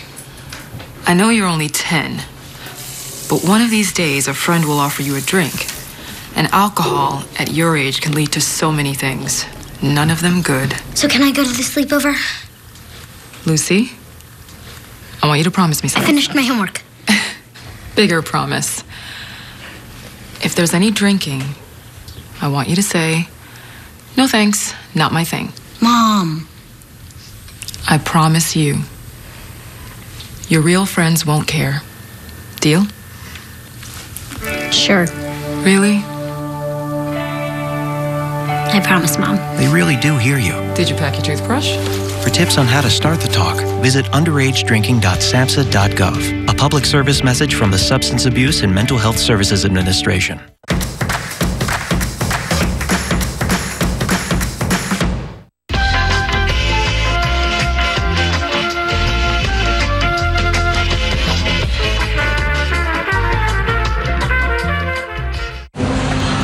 Really bright mind, Jeff Nixon there in the visor. He is the co-offensive coordinator. He calls the plays. Longtime friends with Matt Rule. They actually went to high school together. Nixon was a stud running back. Rule was a stud linebacker. They both played at Penn State together. So they're doing their thing here now down in Waco, and so far so good. Look at the third down numbers. 3 for 4 for Baylor offensively, while UTSA can't get out of their own way on third down. Yeah, and these third down conversions for Baylor have not all been 1 and 2 yarders. Slant pass is caught. That'll be another first down. Denzel Mims, need a play, he makes it for you. Pass made by Savion Harris, but not before the chains will move. And Mims is slow to get out. That's already 6 catches for 75 yards for Denzel Mims. A couple of touchdowns. He was asked if he wants to come off the field, said, no, I got this. Get close to the red zone, wants another touchdown.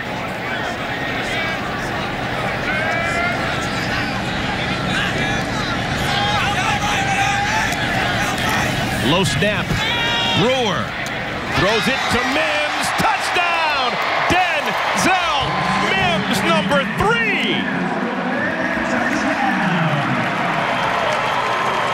And this is all set up with the run game. Because of the way that they're running the ball, they have to leave the corners outside in one-on-one coverage. These safeties have to respect it, staying in the box. It's as simple as make it look like you're going to hand the ball to the running back, get your receivers out in space, and Mims continuing to catch the ball, wait from his body, create separation.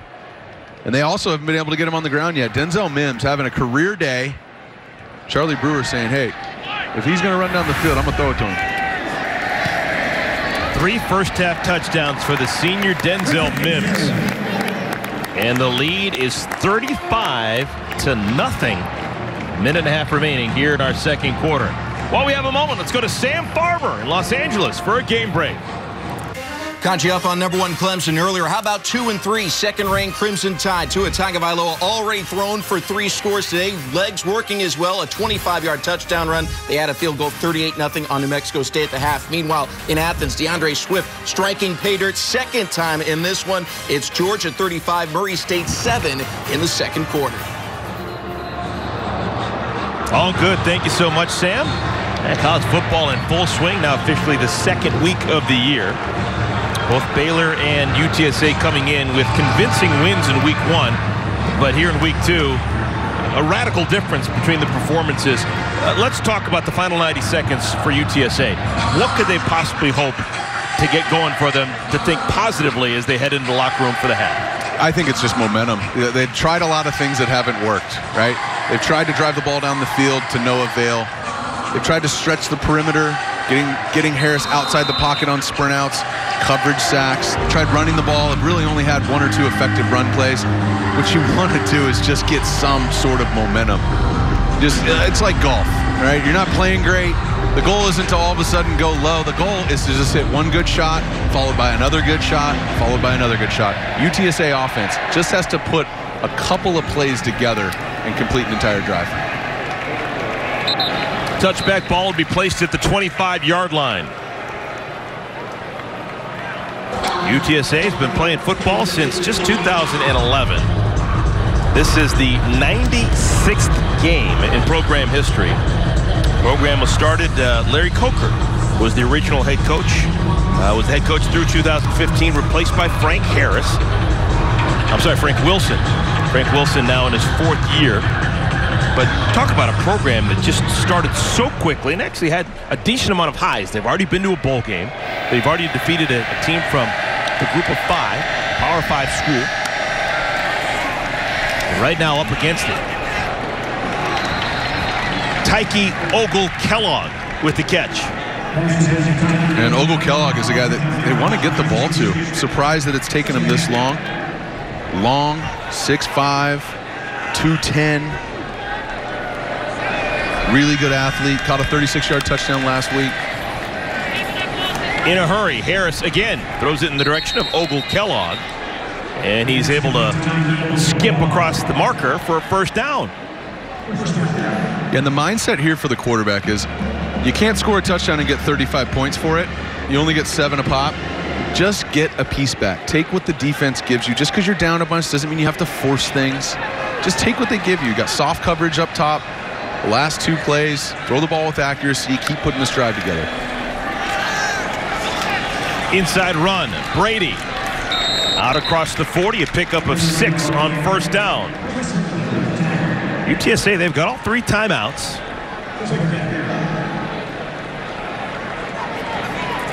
Yeah, and as you get inside of a minute, you really want to limit the personnel changes. You look at this right here, shifting 3 guys off the field, 3 guys back on the field, just chewed up about 15 seconds and change. Yes, because you have 3 timeouts, doesn't mean you want to be lackadaisical. You still want to press the tempo. Yeah, this is taking forever. Brady stopped at the line of scrimmage. It'll bring up 3rd down. Clock continues to move. And it doesn't look like UTSA is in a hurry to use any of those 3 timeouts. Yeah, and this is confusing to me. Not that long ago, there was a minute and 20 seconds left on the clock with 3 timeouts. Ball on the 30-yard line. So to just be running out the half. 3rd down and 3. Harris has room in front of him if he wants to run. Throws it up and out of bounds. There still are 2 seconds remaining here in our first half. Wow, radically different production levels for these 2 schools here in the first half. Almost 300 yards of offense for Baylor. UTSA not even sniffing 100. Yards per play is a massive difference. All right, so 2 seconds remaining in the half. The offense is going to remain on the field for UTSA. You might as well just throw it up down the field, right? No, you want to take a knee and limit this. Don't give anybody an opportunity to get their hands on the ball. But again, minute 15, 3 timeouts. Start off the drive 2 for 2. Yeah. Run the ball for another first down. What's the downfall of throwing it as far as you can? I'd rewind the clock right now and I'd say, well, hold on a second. Let's try and get in field goal range and get some momentum going here. Minute 15, 3 timeouts. But now that there's only 2 seconds remaining, throw a Hail Mary, right? See how far Harris can throw it? No, because from here, you're talking about having to put the ball 70-plus yards in the air. And if it does get intercepted, think about it like this. You throw a Hail Mary, and let's say they intercept it, okay? All of your speed is down there. However far you can throw, that's where they are. The only guys who can now make a tackle is your 5 linemen, right? So it's why sometimes when you see a long field goal attempt and they put a returner underneath there. We remember what happened with Alabama-Auburn a few years ago, right? The problem is you don't have any cover guys. You know, in field goal, you only got linemen out there and guys that are protecting. So for here, I mean, it looks like they're lining up to throw it down the field. Just not as good of an opportunity here as it would have to just press tempo with a minute 15 and 3 timeouts. Final play of the first half, and they keep it on the ground. And that will do it. So, 30 minutes in the books. It has been all Baylor. The Baylor Bears score 5 touchdowns, 3 by Denzel Mims. They get a punt return for a touchdown. They're feeling great right now, leading 35-0. Coming up next after the break, we'll go to Los Angeles for our halftime show with Rob Stone, Brady Quinn, Reggie Book, Matt Leinart, and Urban Meyer.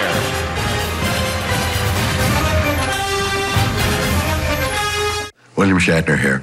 You know, I've been using a CPAP for over 10 years, and it's made a world of difference to me. But no one ever told me how important it is to keep my CPAP clean. I had no idea that it's a breeding ground for bacteria. A dirty CPAP can make you sick.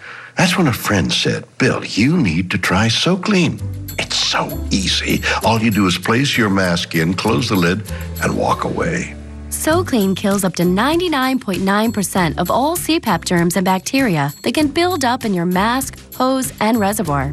SoClean works on all popular CPAP machines and masks. I get a healthy sleep every night thanks to SoClean. Try SoClean risk-free for 30 nights. Shipping is free, and when you call now, get $50 off. Call 1-800-390-4271. To take advantage of this 30-night risk-free trial and get $50 off, call 1-800-390-4271. Without the letters A, B, and O, there's no Mom. There's no Brittany. Because A's, B's, and O's determine your blood type. And we're missing all of them. Schedule your donation at redcrossblood.org. Look at you. You're at the top of your game. At work or a play, you're unstoppable. Nothing can throw you off track. Oh, hey, she's cute. Nice going, man. Things are going great for you. You've earned a night out. Good drinks, good friends. Yeah, we can go ahead and call this a good night. Wait, is that your car? Uh-oh. Not smart. Yeah, I saw that coming. Say goodbye to her. Ouch, that'll hurt your bank account. You're looking at around 10 grand in fines, legal fees, and increased insurance rates. I hope you like eating frozen dinners. Alone. Let's try this again. Smart move. Because buzz driving is drunk driving.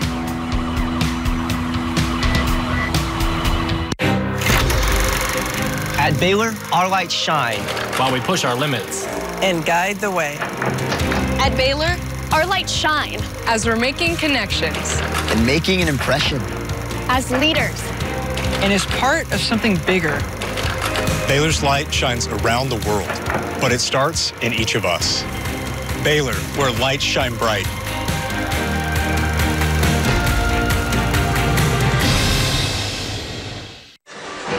Getting ready to play some football, third quarter action here from McLean Stadium, Waco, Texas.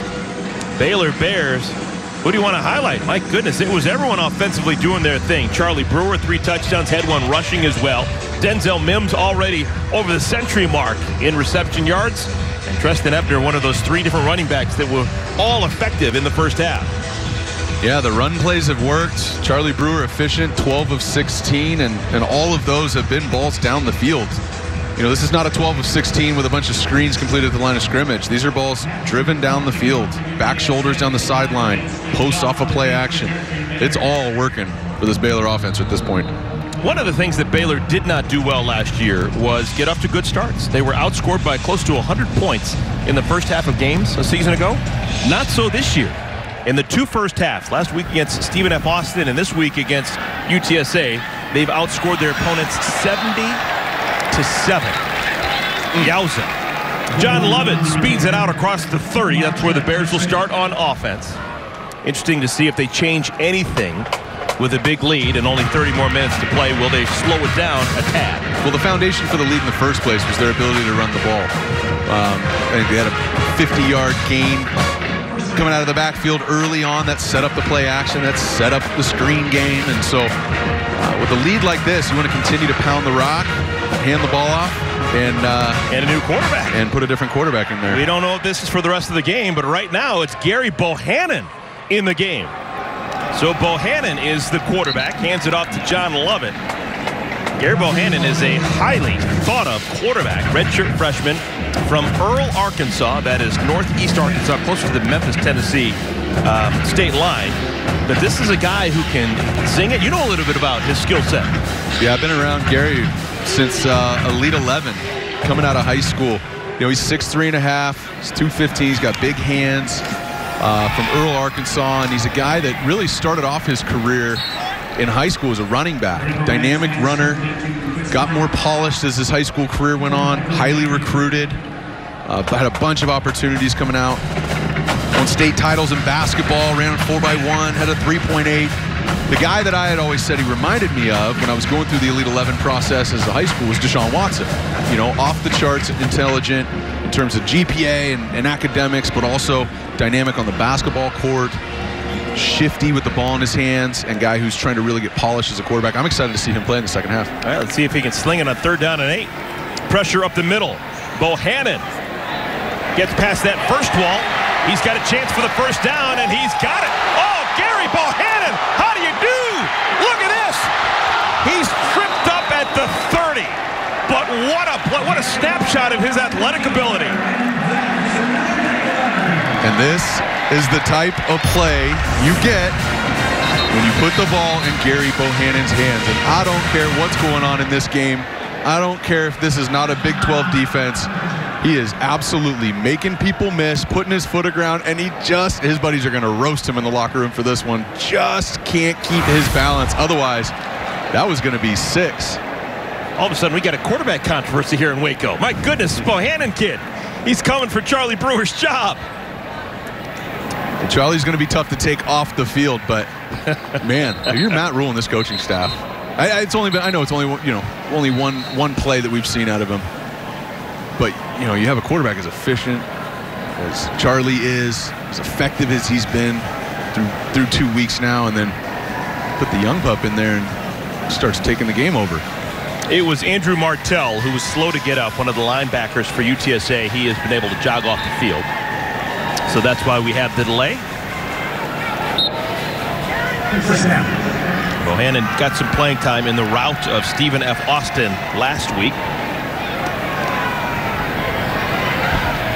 This is some early playing time to begin our second half. Bohannon, true drop back, dumps it off to Lovett. And Lovett with room to run. He gets 15 yards before he's touched. I like the decision to get Gary Bohannon in there. Not because it's a 35-point lead, but because it's only a 35-point lead, because it's so early, it is meaningful. You can't go in there and make mistakes. It's trying to add a little element of pressure on a quarterback by putting him in here a little earlier than a lot of teams would. Bohannon breaks the first tackle. Yeah, he's hard to catch. He is like Quicksilver, mercury through your fingertips. Well, he's so far, it looks like what we thought we were going to see out of Frank Harris in terms of, one defender wrapping him up is not enough to get him to the ground. And this is the type of play that we were expecting to see out of UTSA's offense. Quick screens, ball down the field, quarterback breaking tackles, extending the play. But so far, it's been backup quarterback Gary Bohannon providing those highlights. Second down and a dozen. Little option football. Love it on the edge. And love it down to the 6-yard line. Kelechi Wachuku with the tackle. Tackle by Kelechi Wachuku. 13 more yards and a first down for Baylor. And this just sucks all the life out of you if you're this UTSA Roadrunner defense. You see a backup starting the second half, put together a 70-plus yard drive. This is a backbreaker for this defense. It's time to put the foot in the ground and get a stop. Love it. Tries to bounce to the outside, now squirts back inside to the 3. Junior from Burlington, New Jersey, John Lovett. He followed Matt Rule from the Northeast here to Central Texas. Each of his first 2 years on campus led the Baylor Bears in rushing. Never a huge total, but he's always been healthy. More healthy than most of the backs over the last couple of years. Bohannon, the keeper. Bohannon, touchdown! How do you do? Gary Bohannon, the redshirt freshman, gets some playing time to begin our third quarter, and he orchestrates a beauty of a touchdown drive. Yeah, we saw Charlie Brewer zone read early in the first half, pull it, finding a lane, and Bohannon right here is just being athletic. Defense bites on it. They tackle the running back. And Bohannon, different than Charlie's touchdown earlier, this is just speed and getting to the edge. And talked about Gary as a high school player. This dude hadn't played a lot in college yet, but when he has played football, he usually ended up in the end zone. Mayers has been perfect, 6 for 6 on his extra points. And the Baylor Bears riding a new quarterback, Gary Bohannon. A big run to get into scoring position. The Baylor Bears back on defense when we return.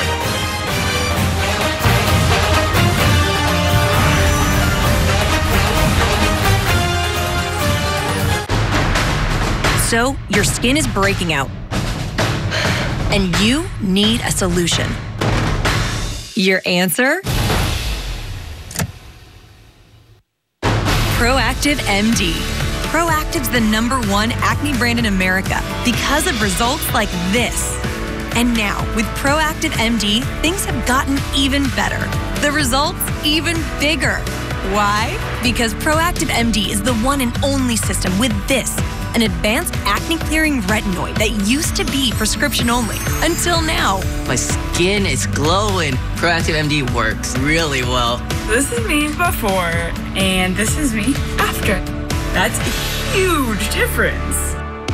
Want to get your hands on Proactive MD? Just call 1-800-477-1594 or go to proactive.com right now.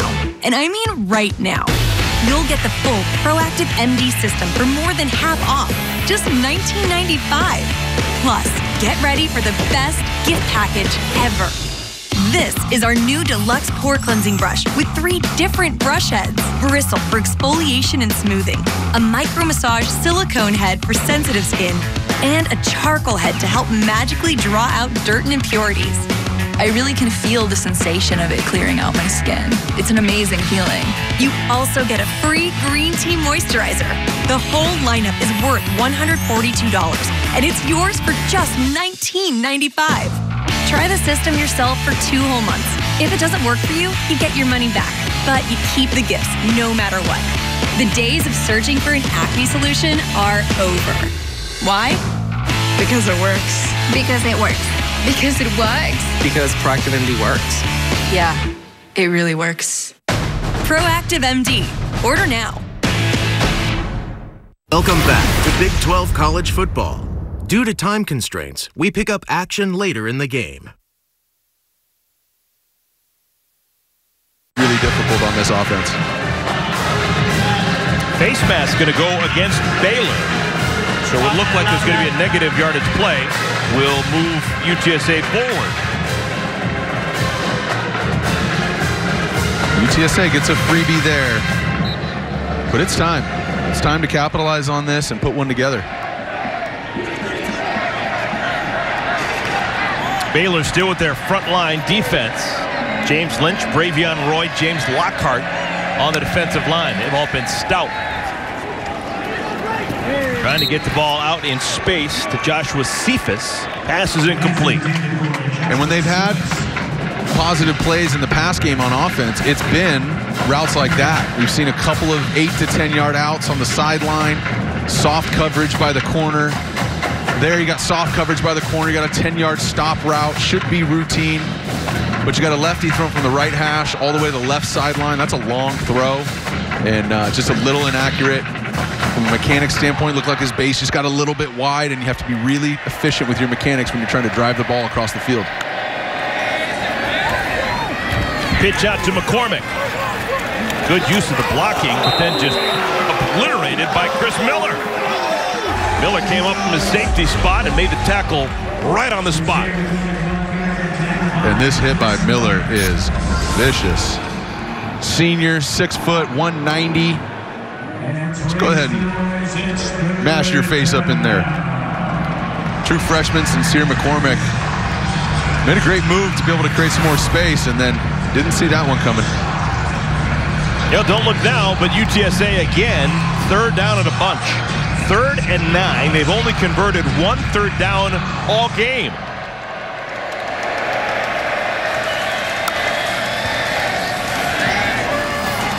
Harris, the inclination is to run. He's going to have to beat the entire defense to get the 1st down, and he can't quite get there. It's going to be 2 yards shy. It'll be 4th down. And we saw Graylin Arnold effective in the punt return game, but punishing hit here. These safeties, there's a bunch of them, right? They're running a 3-3-5, so there's really 3 safeties. You got 3 down linemen, you got 3 linebackers, 2 corners, and you got 3 safeties. Graylin Arnold, Jerron McVay, Chris Miller, 3 key safeties for these guys, and they all are fast, and they all love contact. Graylin Arnold getting his face involved. I love it. It took a while for the decision to be made, but Frank Wilson decides that he is going to punt it away. 4th down and 2, already down a bunch. Thought that maybe they try and keep the offense out on the field. But the punt team comes on. Raleigh Tejada will be back to return the punt. He spells Graylin Arnold, who had a punt return for a touchdown back in the first half.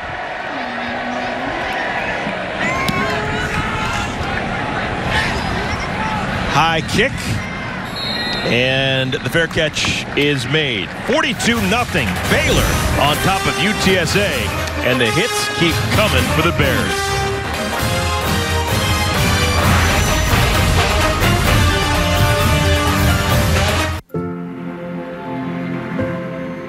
To a child battling a critical illness, a wish can feel like a dream. But with your help, it isn't out of reach. Wishes are an important part of medical treatment. A chance for kids to see themselves stronger, braver.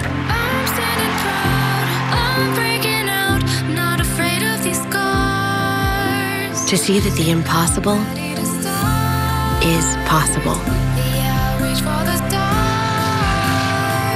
Wishes can give kids the strength to fight, to get better, to grow up. Where there's a wish, there's a way. When I was a kid, I wanted to be just like Cal Ripken. It's definitely humbling to know that now people are calling me a hero. We were doing a push into Taliban territory. Instead of finding the IED with my metal detector, the IED found me first, and that resulted in double above knee amputations. There are people now that are looking up to you for their inspiration and to be their role model. Nice to meet you. Good. How are you doing? Meeting Cal for the first time was surreal. I mean, it's hard to describe the feeling of meeting somebody that you've always wanted to be like. You're realizing that there are people now that are looking up to you for their inspiration and to be their role model. And so it certainly is sobering. It comes with a weight of responsibility. It's so important that we continue to help veterans into the foreseeable future. For more information, visit saluteheroes.org. Welcome back, everyone. Things going the way of Matt Rule and the Baylor University Bears. A 42-0 lead over UTSA. Remember, UTSA actually won on this field 2 years ago against Matt Rule's Bears, and that was the season where nothing went right for Baylor. They were 1-11. Now, this is the backstory for Matt Rule. First year at Temple, first year Baylor, combined 3 wins, but then they get up to the 500 mark for the most part in their second season. Third season Temple, 10-3. This year, who knows, but up to a good start.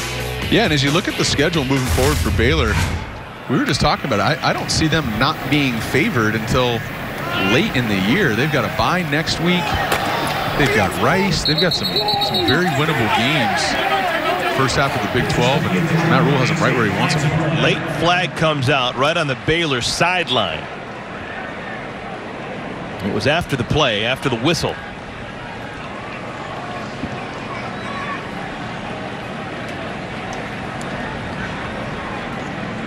Hasty had the ball, went out of bounds. Actually lost the ball before he went out of bounds. And then the hitting continued. After the play, unsportsmanlike conduct, offense number 6, half distance to the goal. The down counts, second down.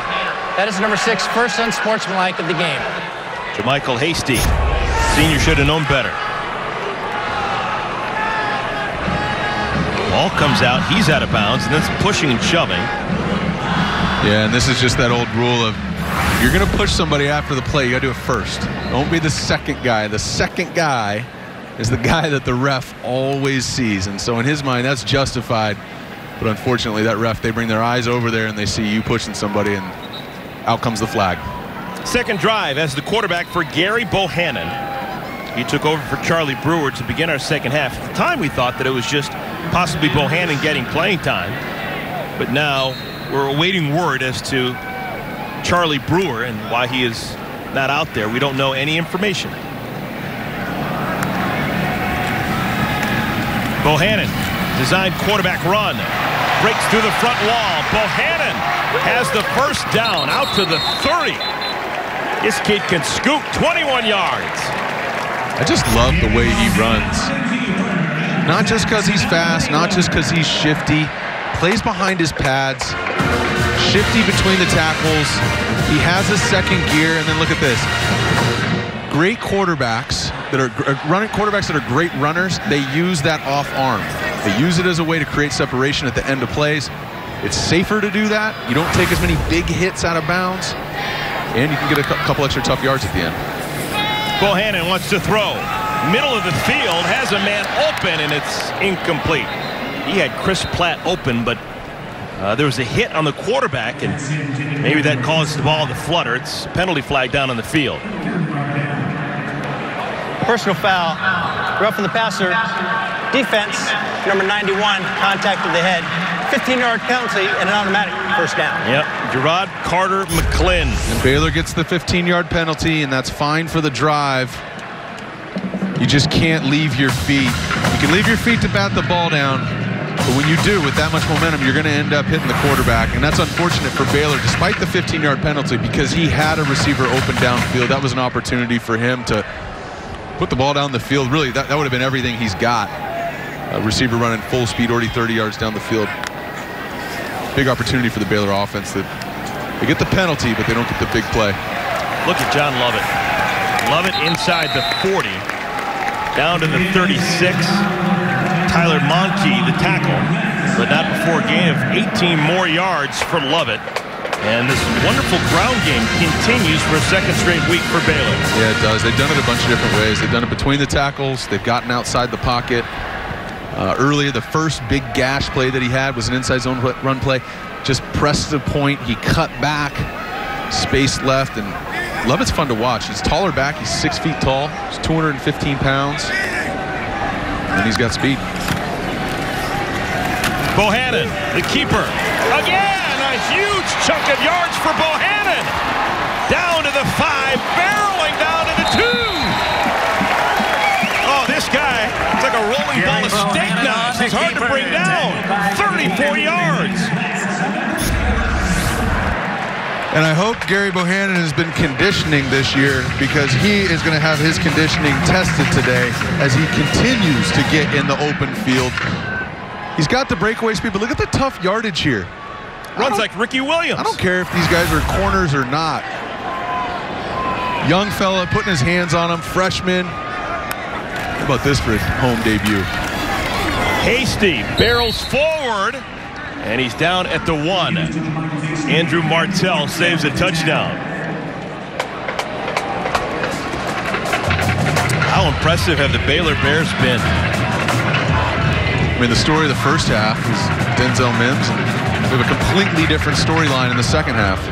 If you're a Baylor Bears fan, you're excited about a lot of things right now.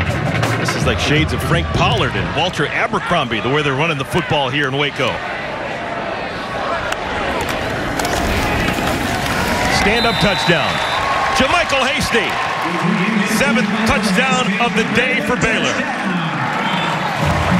Yeah, and the route has been on, and unfortunately for UTSA's defense, trying to keep everything in front of them, trying not to give up the big plays. But this Baylor offense is just getting so much push up front. Really well blocked, and all you need is a small crease for JaMychal Hasty. You don't need a big hole when you get down in there tight. You just need a crease, and he gets skinny and gets through there for the walk-in touchdown.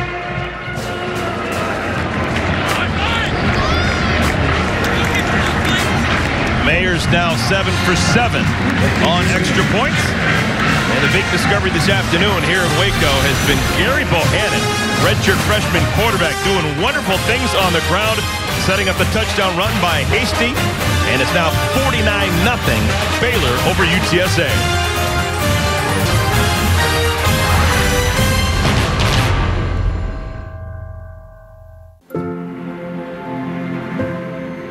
To a child battling a critical illness, a wish can feel like a dream. But with your help, it isn't out of reach. Wishes are an important part of medical treatment. A chance for kids to see themselves stronger, braver.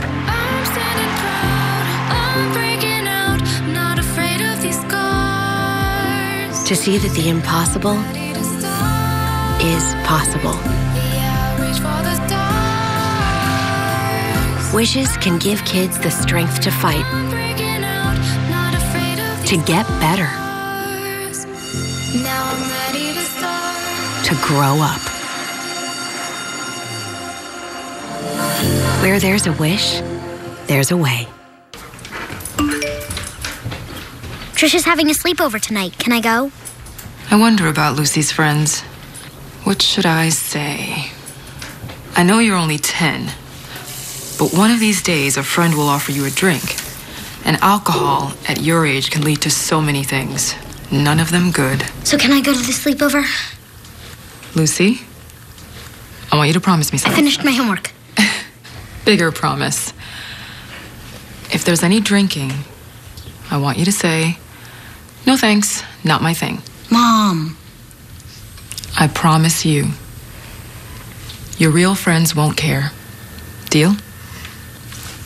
Sure. Really? I promise, Mom. They really do hear you. Did you pack your toothbrush?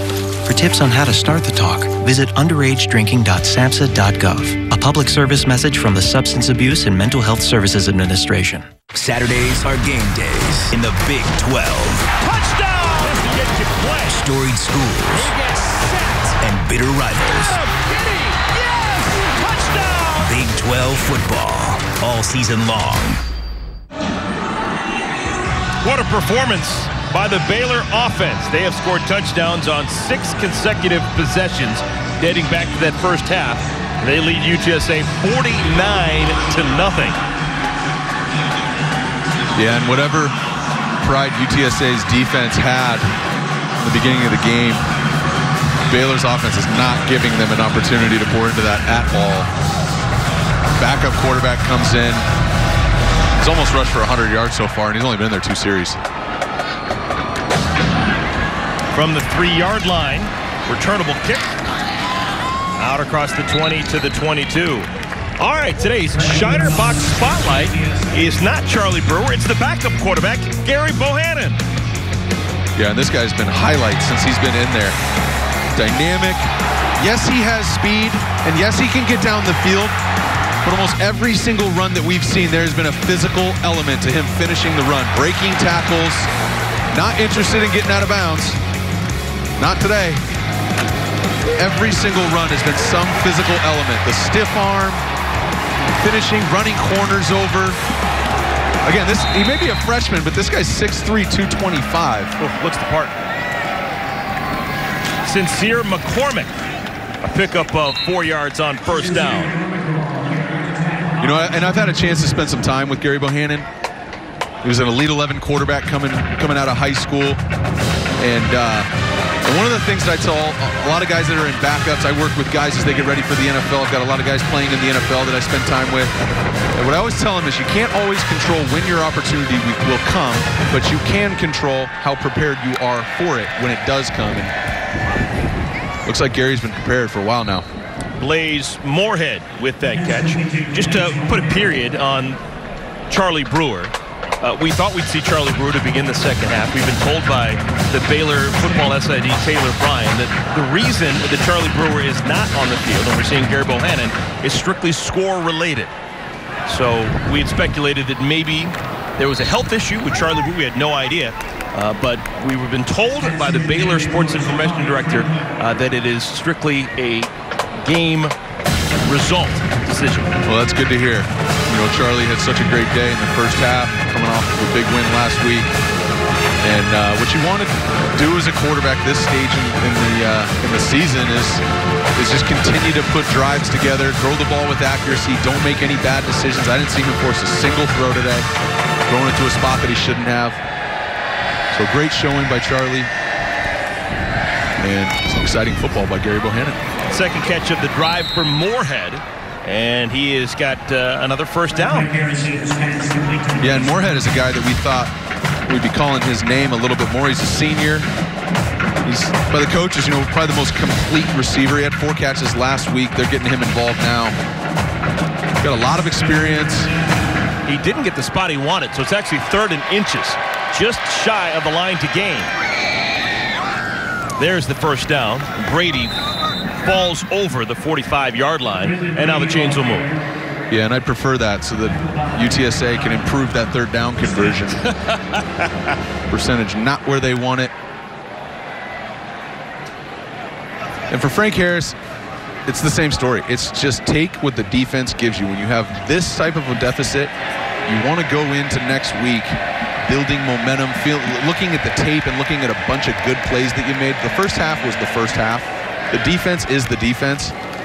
But when you're the quarterback, sophomore, coming into the opportunity that he's been waiting for 2 years, coming off those injuries, you want to click on this tape tomorrow, and you want to be able to see some good plays. You want to see some completions down the field. You want to see some broken tackles. You want to see some good protection up front.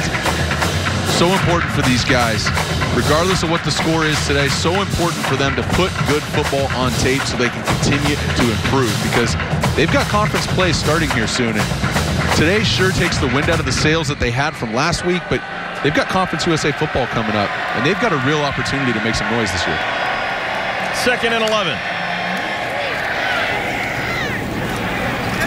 Harris misses underneath, looking for Sheldon Jones. UTSA, they will play next week. They'll be back at the Alamo Dome, taking on the Army Black Knights, who almost pulled up the upset of the year.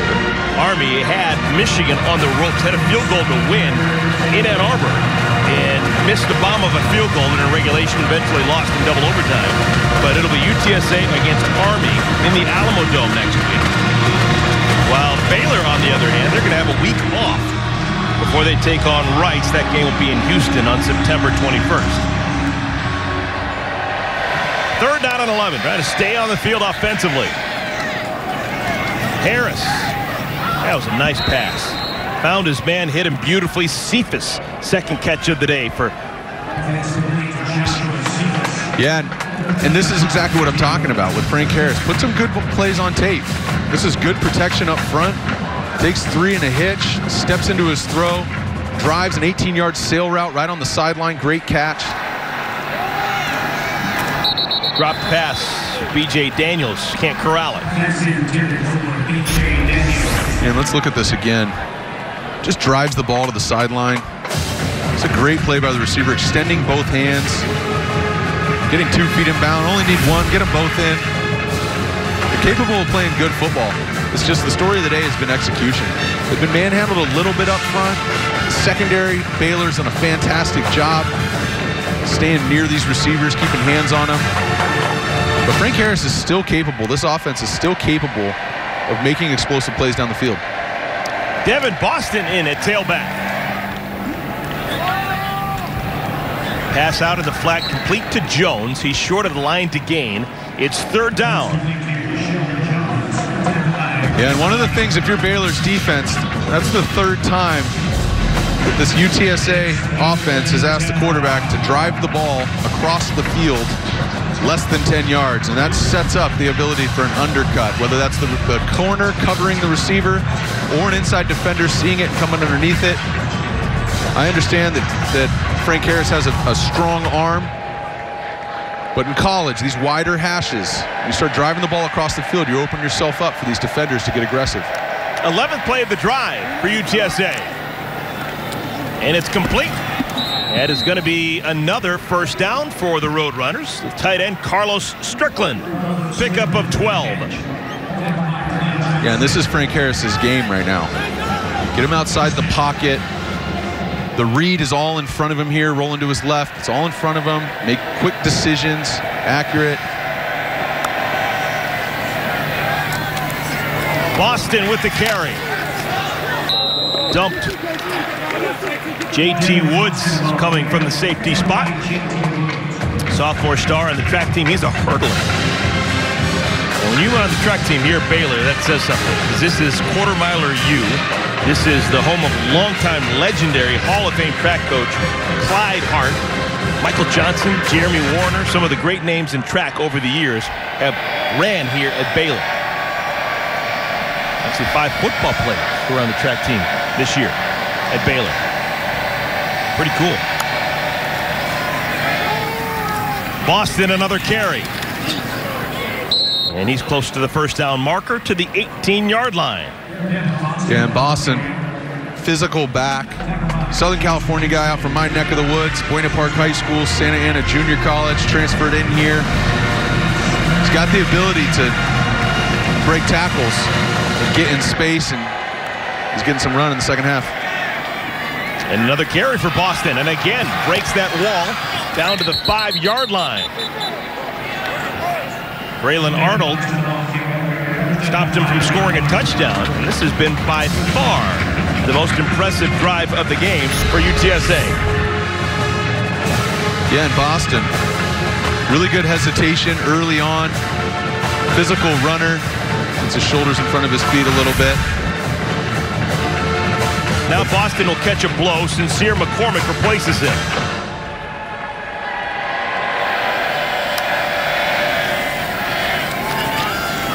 Harris to the 2. Yeah, and it may not be huge for the day, but for the morale, so important for UTSA to finish this drive.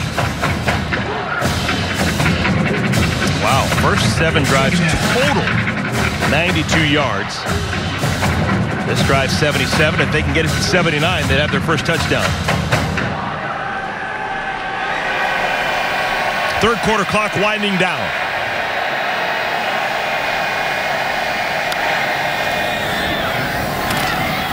McCormick fighting. Did he get in? He did. Touchdown, UTSA. A sincere effort results in 6. Yeah, and Sincere McCormick, true freshman, runs behind his pads. Shifty and so important. We saw it out of Baylor on the last drive. When you get down tight in here in the red zone, you don't need a huge crease. Just needs some way to be able to get across that goal line. He gets stopped right on the goal line, gets some help from his O-line. Big boys up front. Gets the push from his center. Afitu Maka. And great drive finally, UTSA being able to put one together. Again, important. As you get into this next week and all that, you want to put good stuff on tape. You want to feel good about the way you played and finish the game. Hunter Duplessis is good. And just like that, UTSA is on the board. Took a while, but they finally have a score.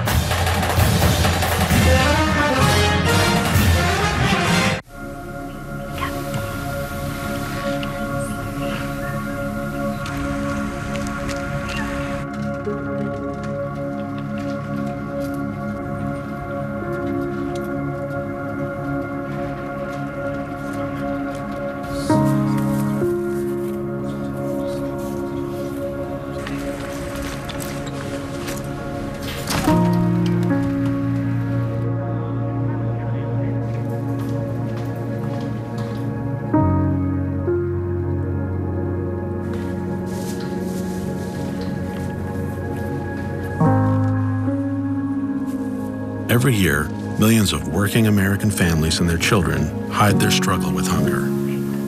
It doesn't need to be that way. Hunger hides, but we can help.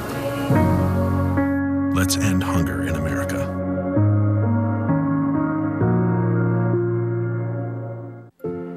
To a child battling a critical illness, a wish can feel like a dream. But it's so much more. Wishes are an important part of medical treatment. A chance for kids to see themselves differently.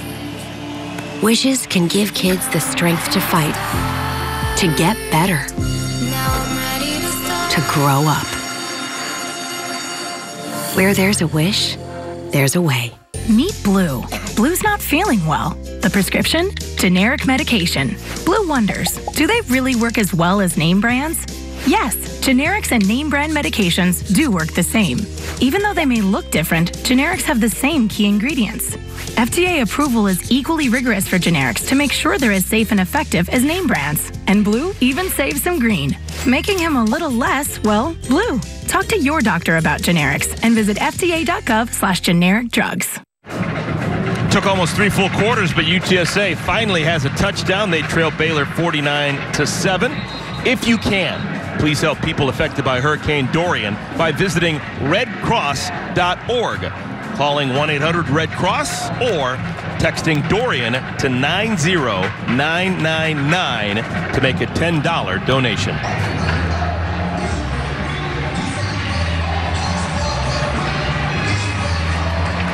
Usually these lopsided games, we're looking at 49-7 right now.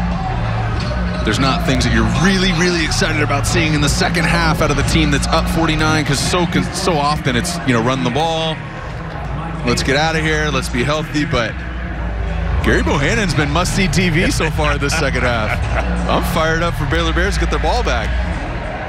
2 drives with Gary Bohannon as the quarterback. He has already run for 94 yards and a touchdown. He has thrown 3 straight completions. He's 3 for 3 passing.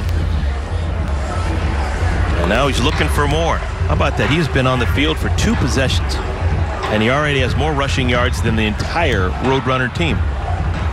Yeah, and I think only 2 of those were designed quarterback runs. This is him creating the first. It started with the first big one, which was I think it was a 3rd and 7 pass play, just created.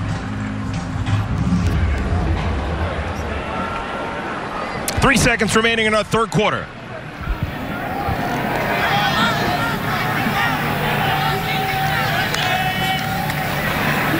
Bohannon almost caught behind the line. Just throws it up and out of play, trying to get it away. And that'll do it. We have played 45 minutes here at McLean Stadium in Waco, Texas. It has been all locals. The Baylor Bears up big, 49-7 on UTSA.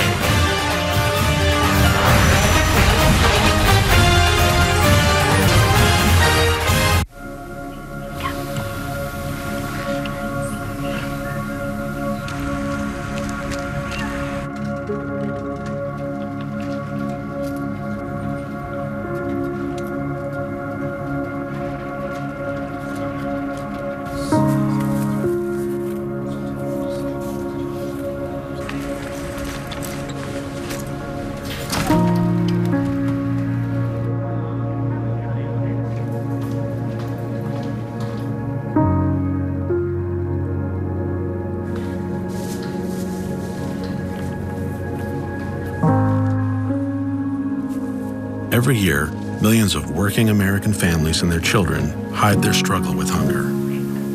It doesn't need to be that way. Hunger hides, but we can help. Let's end hunger in America. Saturdays are game days. Touchdown! And everything is on the line. Big 12 football, all season long.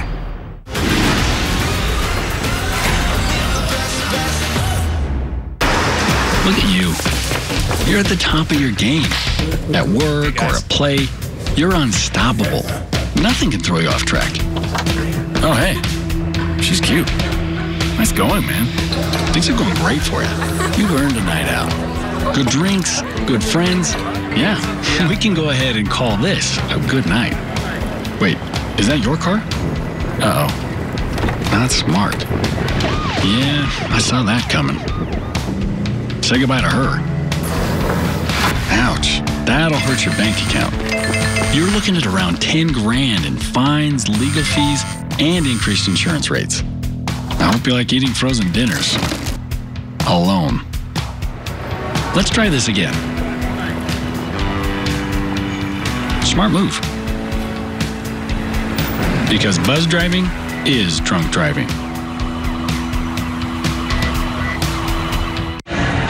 Matt Rule's got a good thing going here in Waco. His Baylor Bears up big 49-7, and he's still into this game. Look at this. The last pass to end the third quarter, it's errant, and he thinks he can make a play on it. Extends his arms, gets off the ground, and drops it. Yeah, we heard offensive coordinator Jeff Nixon, who was a high school teammate of his, say that Coach Rule used to block for him back in the day. Then Coach Rule was a walk-on linebacker at Penn State, and It's been a while since he's got his hands on the ball. He owes somebody 10 push-ups for that. Academic all Big Ten as a linebacker at Penn State. Played with LeVar Arrington. It's a name I haven't heard in a while. Yeah, linebacker Penn State. That guy was about as unblockable as a linebacker's ever been in college football. Matt Rule, I mean, we got a chance to sit down with him yesterday, and we got a chance to sit down with a lot of coaches, and I just love the energy. Seems like a positive reinforcement guy.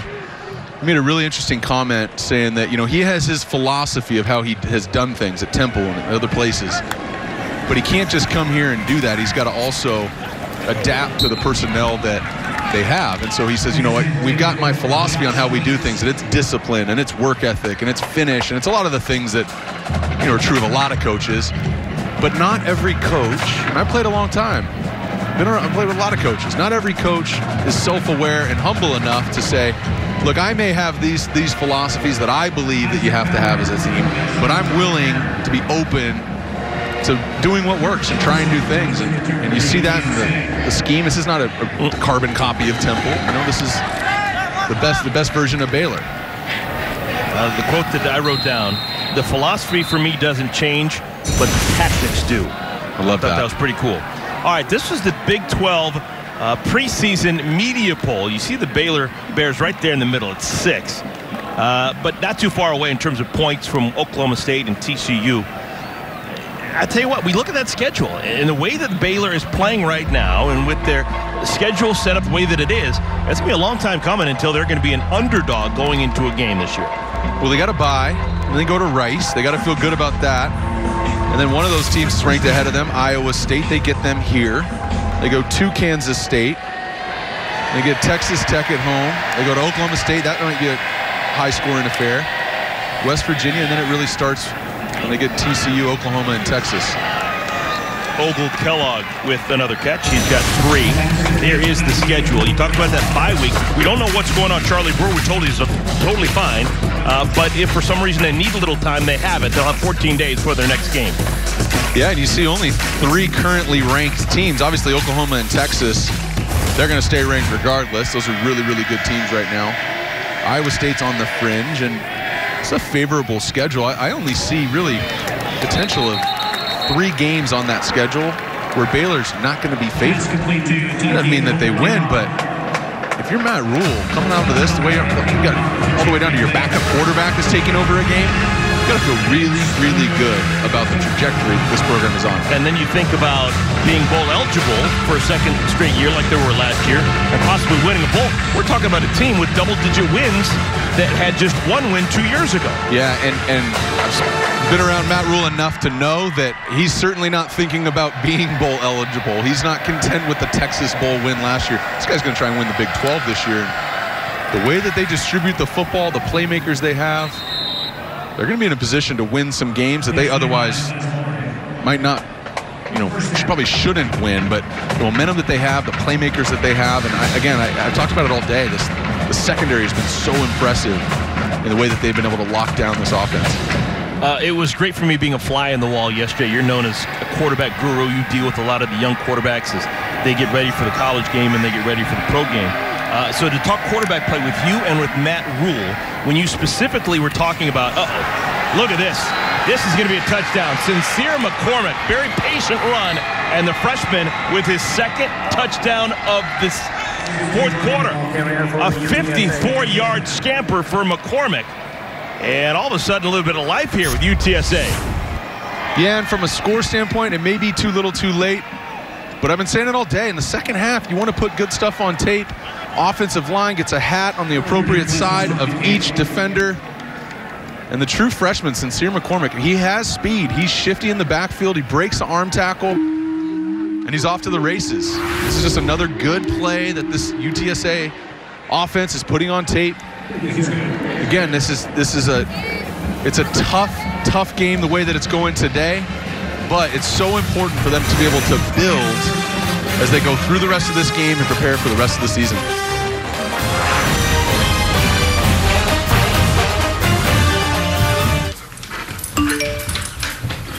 Trisha's having a sleepover tonight. Can I go? I wonder about Lucy's friends. What should I say? I know you're only 10, but one of these days a friend will offer you a drink. And alcohol at your age can lead to so many things. None of them good. So can I go to the sleepover? Lucy, I want you to promise me something. I finished my homework. Bigger promise. If there's any drinking, I want you to say, no thanks, not my thing. Mom. I promise you, your real friends won't care. Deal? Sure. Really? I promise, Mom. They really do hear you. Did you pack your toothbrush? For tips on how to start the talk, visit underagedrinking.samhsa.gov. A public service message from the Substance Abuse and Mental Health Services Administration. To a child battling a critical illness, a wish can feel like a dream. But with your help, it isn't out of reach.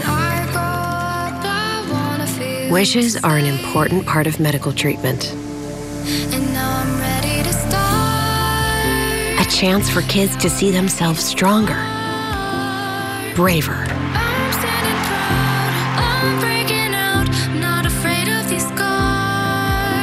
to see that the impossible is possible. Wishes can give kids the strength to fight, to get better, to grow up. Where there's a wish, there's a way. Well, here in Waco, that's the Twin Silos. That marks Magnolia Market. This thing has just taken over Waco. A TV show all about making houses into fancy things and set here in Waco. And it all sets up this market area and a lot of fun things to do now in downtown Waco. But if that's not your cup of tea, you can also go indoor surfing here in Waco, I'm told. Is this right, Jordan Palmer? Not necessarily indoor, but look, I'm from Southern California. I grew up in the water. For as much as I surf, I should be better. But the BSR Surf Resort, I went ahead and found that. As soon as we booked this game, I knew I was going to do that. I flew in early, got a chance to go get some waves at the wave pool. Really one of only two that are like it in the world. And ironically, it's here in Waco, Texas. And the other one's where? It's out in the middle of nowhere in Lemoore, California. Oh my goodness, so two. One in California, one in Waco, Texas. Do we have some pictures to verify that you were surfing yesterday? Oh, yes, we do.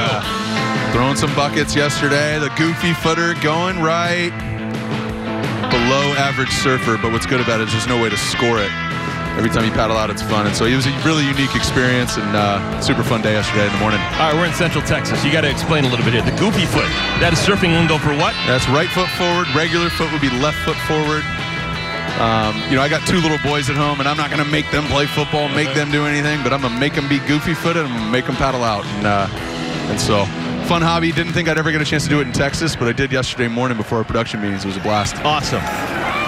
Gary Bohannon has been a real story here in the second half. He struggles back to the line of scrimmage. And my last clarification, throwing buckets. I'm from middle America. I don't know what throwing buckets means. That one's a little bit more detailed, but yeah, going to the top of the wave and doing a turn, and the water splashes up in the air, and the term for that would be throwing buckets. Okay. All right, you'll make a surfer out of me. Let that slide by. If I have any friends that are watching this that have surfed with me before, they're laughing, going, this dude just got on TV for surfing because they know how terrible I am at it. But that's what's fun about it. Well, we were talking before. Is this a nice run? Abram Smith. The first time we've seen Abram Smith in the game. We were talking a moment ago about quarterback play. You're a quarterback guru. Matt Rule knows winning quarterbacks. You two were talking about what you both like in college quarterbacks. Let's give the folks at home a sense of what a typical Matt Rule quarterback is. Yeah, well, with Matt, I think some of the things that stuck out is he wants guys with experience. There's a lot of high school quarterbacks that have a big senior year but didn't do much before. He wants to see a track record regardless of the level that they played at. He wants guys that have won, and that may sound, of course he wants guys that have won. But there's a lot of guys that are really talented in bad programs and they don't win. And for Matt, it's important that these guys know how to win and know how to compete. And he likes to see the ball come out of their hand. He wants guys with a natural throwing motion. Some of the things that I look for in addition to those things is my eye usually goes to, I want to see a guy, if it's possible, who has a proven track record of dealing with adversity and dealing with it well. This position is very difficult. In college, it's really tough. When you get to the NFL, it is very difficult to do. And adversity doesn't always strike high school kids. If you're really good and you're dominant, you may just win all your games. College, if you're that good and your program's that good, you may not face as much adversity. In the NFL, it's inevitable. And so as Matt looks at quarterbacks, as I look at quarterbacks, I'm looking for a proven track record of adversity. And then the last thing is, I want a guy who's just competitive in every phase of his life. You know, and Matt and I agreed on that. He likes guys that played multiple sports, guys that play basketball, ran track, played baseball, guys that are competitive in the classroom. You know, when you have a 3.8 GPA, like Gary Bohannon did in high school, that means he's competing in the classroom. It just doesn't mean he's just smart and aces the test. It means he takes it serious. He's competing for whatever the reasons are. He's trying to get great at it. You have to be competitive to play this position, whether you're down, like Frank Harris is right now, who's competing his tail off in the second half, putting drives together, or you're out in front, the way that Charlie was in the first half, and competitiveness is just such an important trait of this position. 3rd down and 6. Bohannon trying to stay on the field, and he throws it away. So 4th down. I think the punt team will have to come on for Baylor. One thing that I found interesting talking about Matt Rule is he said his starting quarterback, Charlie Brewer, has actually got a little bit of a lip. Like, he's a confident guy, and he will, on occasion, get into it with the coaching staff, and he'll make his opinion known. And Matt Rule likes that out of a quarterback, someone who's not afraid to stand his ground. Yeah, I do too. And if you're a quarterback that does that, you just got to be right? If you're saying, hey, we need to run this play, you better be right. That better be the right decision. And with Charlie Brewer, you know, he is. He's thoughtful about the way that he goes through his suggestions. Muffed punt, ball's loose, looks like Baylor has it. Ball's loose on the ground. Baylor says they have it. It looked like they were on top of it.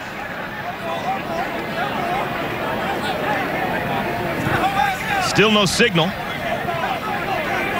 Baylor ball. So the muffed punt keeps Baylor's offense on the field.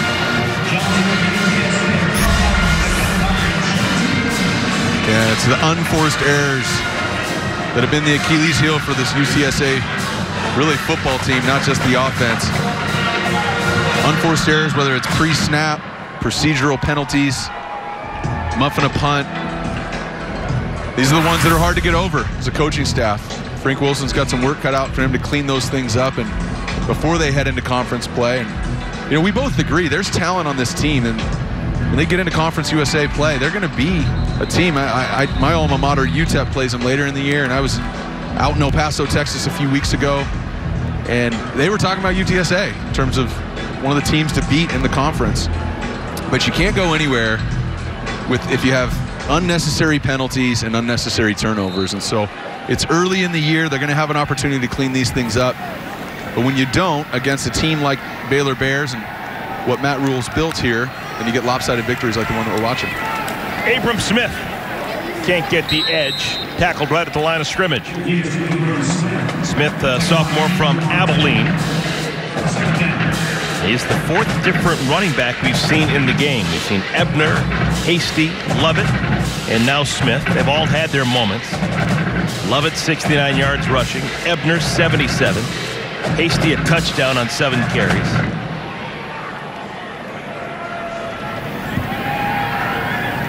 UTSA loading the box here, trying to stop this run and contain these guys. End around for the wide receiver. This should be a touchdown. Platt with track speed, world-class speed. Did he get in? He did. Touchdown, Baylor. One of the fastest men in college football, Chris Platt, scores a touchdown. And a great job here. They stretched the field, showing an option look.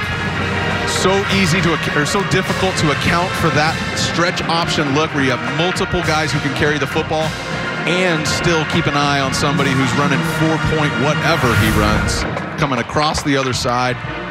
Impressive to me, Gary Bohannon here. This isn't a limited offense in the second half. That's a trick play that the backup quarterback probably hasn't really repped, right? These trick plays like this, revert option, reverse, these things, They don't get repped 8 times a week in practice. So for Gary, just to be in his playbook, understanding all the intricacies of the offense and letting these offensive coordinators feel like they can call anything that was in the playbook when Charlie Brewer was in there. And good for Chris Platt, too. We've seen every other receiver today make plays. Chris Platt was one of the guys we were excited. Denzel Mims, it was definitely his day of the receiving corps, but Chris Platt finding the end zone. I'll tell you something, too. This is also indicative of the direction of Matt Rule's program. When you have Chris Platt, who is a 6th-year guy, he's in graduate school, but he wanted to come back, play one final year of football. If he was miserable, or if this wasn't the locker room he wanted to be in, he would have been gone. He's got other options in his life. Denzel Mims, same thing. This is a 6'3", 215-pound senior who had an opportunity to try to go pro. He said, I want to come back for my senior year. They liked playing football in this year's editions of Baylor Bear football. Time out on the field. Back in a moment.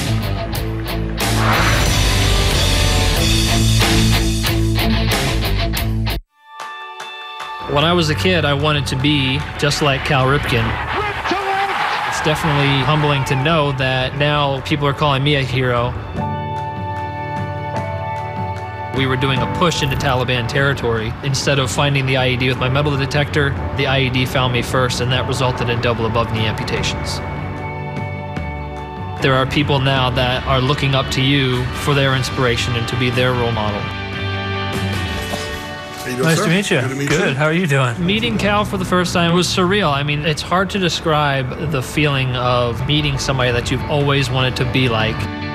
You're realizing that there are people now that are looking up to you for their inspiration and to be their role model. And so it certainly is sobering. It comes with a weight of responsibility. It's so important that we continue to help veterans into the foreseeable future. For more information, visit saluteheroes.org. Look at you. You're at the top of your game. At work or a play, you're unstoppable. Nothing can throw you off track. Oh, hey, she's cute. Nice going, man. Things are going great for you. You've earned a night out. Good drinks, good friends. Yeah, we can go ahead and call this a good night. Wait, is that your car? Uh-oh. Not smart. Yeah, I saw that coming. Say goodbye to her. Ouch, that'll hurt your bank account. You're looking at around 10 grand in fines, legal fees, and increased insurance rates. I hope you like eating frozen dinners. Alone. Let's try this again. Smart move. Because buzz driving is drunk driving. Without the letters A, B, and O, there's no mom. There's no Brittany. Because A's, B's, and O's determine your blood type. And we're missing all of them. Schedule your donation at redcrossblood.org. Big 12 football is brought to you by Ford. Visit your best in Texas Ford dealer today and see why Ford is America's best-selling brand. Good news, bad news for us yesterday. Matt Rule, head coach of Baylor, told us to go get some barbecue at this place called Jasper's here in town. The bad news is, by the time we got there, he and his staff had already been there, and they ran out of a good majority of the things that we were thinking about getting. Had to settle for the brisket, which was exceptional, though. Yes, I don't know that we settled for the brisket, but we settled for the lack of the other available options. But no, it was so funny. He says, yeah, go check this place out. We get there. No, sorry, all we have is brisket. He says, well, Coach Rule and his staff was in here, and they just cleaned it out. There you go. I think he set us up. Wonderful stuff. Still 8.5 minutes remaining here in our fourth quarter. UTSA, they have shown signs of life. Frank Harris has played every offensive snap for UTSA. The sophomore just trying to get some reps after almost 3 full years of inactivity because of injuries. Yeah, and we were talking about earlier looking for a pattern of dealing with adversity. Well, Frank Harris is in that category for me. Tears his ACL in high school, gets to UTSA, tears his other ACL, bounces back. Let's go to Sam Farber in Los Angeles for a game break. What a game over on Fox. Old Big 12 rivals Nebraska and Colorado tied at 24. 4th and 1. Huskers go for it. Adrian Martinez, not just a first down, but a touchdown. 31-24 now in favor of number 25 Nebraska with less than 2 minutes to go. Thank you, Sam. How about that? Perennial rivals back in the old, at the time, Big 8. Mel Tucker out there in Colorado. I think he's got a chance to do stuff. You were with Mel Tucker, Colorado's head coach in the NFL, right? Yeah. He was the defensive coordinator of the Jacksonville Jaguars. 2 years I was with him, and then I played for the Bears, and he was the defense coordinator there as well. Didn't get a chance to play for him because he's defensive coordinator, and I played quarterback, but man, he was fun to be around. I loved in the offseason picking his brain. Funny dude, and he's got a really good opportunity at Colorado to build there. Steven Montez, great young quarterback, going to have a real bright NFL career. And then Adrian Martinez from Nebraska. Those are two quarterbacks I've spent a lot of time working with. And Adrian Martinez is about as fun to watch as there is in this country. He runs the ball like Gary Bohannon and has a little bit more experience throwing it. Nebraska, they're ranked right now, and if they get a win in Boulder today, it's going to climb a little bit. And if they don't, this game's still I think Colorado's got the ball right now. Colorado ends up on top. That's a big step for that program, too. So it's an exciting one over there on Fox.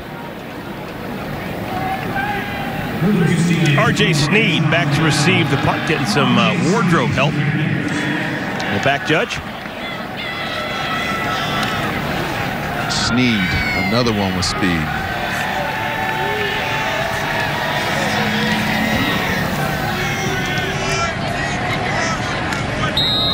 Fair catch from the 34-yard line. 7:10 remaining, fourth quarter. It's been all Baylor.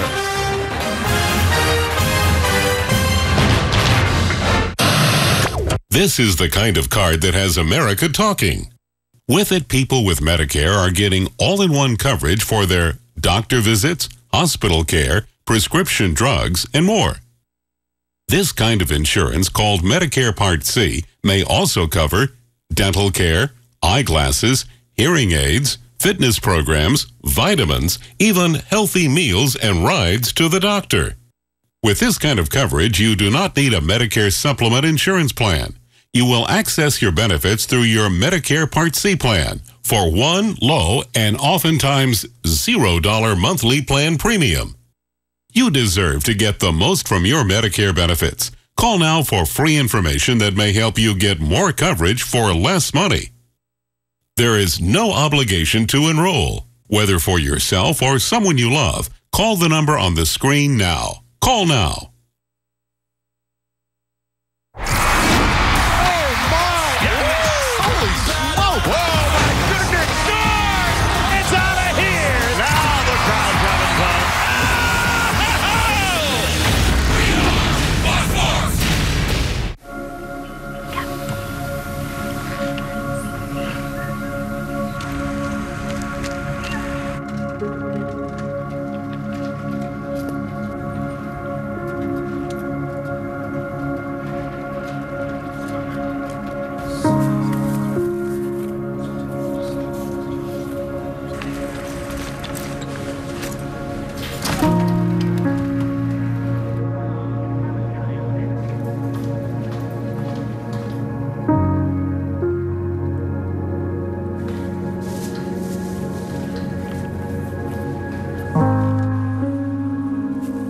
Every year, millions of working American families and their children hide their struggle with hunger.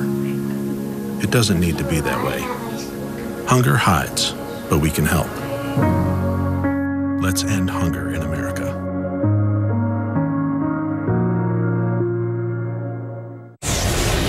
Baylor win last week against Stephen F. Austin. This time against UTSA, and getting off to that great early start. First half, Charlie Brewer, Denzel Mims, they combined for 3 touchdown passes, and they really haven't slowed up even in the second half with a new quarterback in the game. Gary Bohannon getting the start of the second half, and it started on a 3rd and long passing situation where he just broke a handful of tackles. Turf monster got him, tripped him up, and he's been full speed ahead ever since. Quaylen Jones now in to run the football, true freshman from Grand Prairie, Texas. What's not to like, huh? This Baylor offense, 7 touchdowns, 479 yards of total offense. We still got some time left in this game. We've only done it with 10 possessions, too. That's what's been so impressive is they've had the ball. They've completed the drive in the end zone. They even have a field goal attempt? Nope. No, they do not. Perfect in the red zone.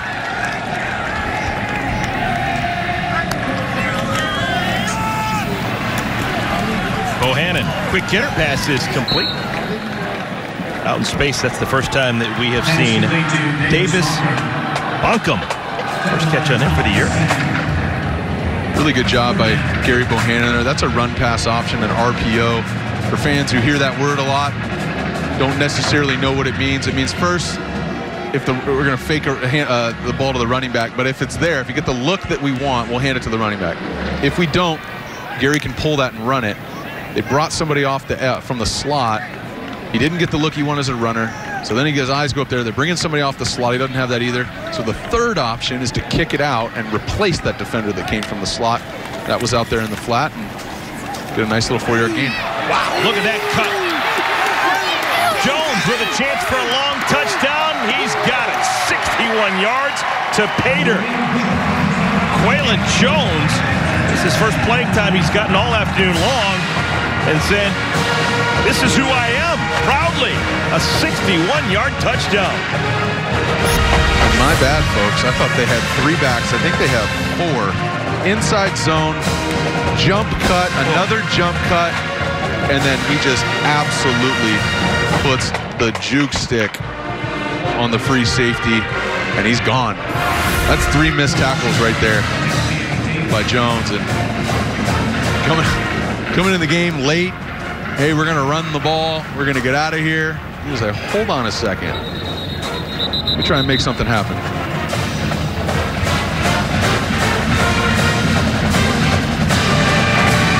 Play game.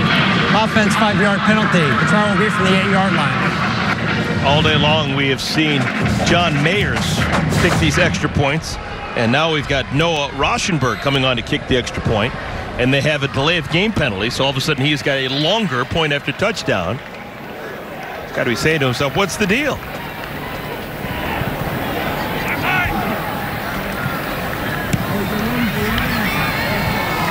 No worries. And the lead is now 63-14. Baylor continues to have just a breakout afternoon.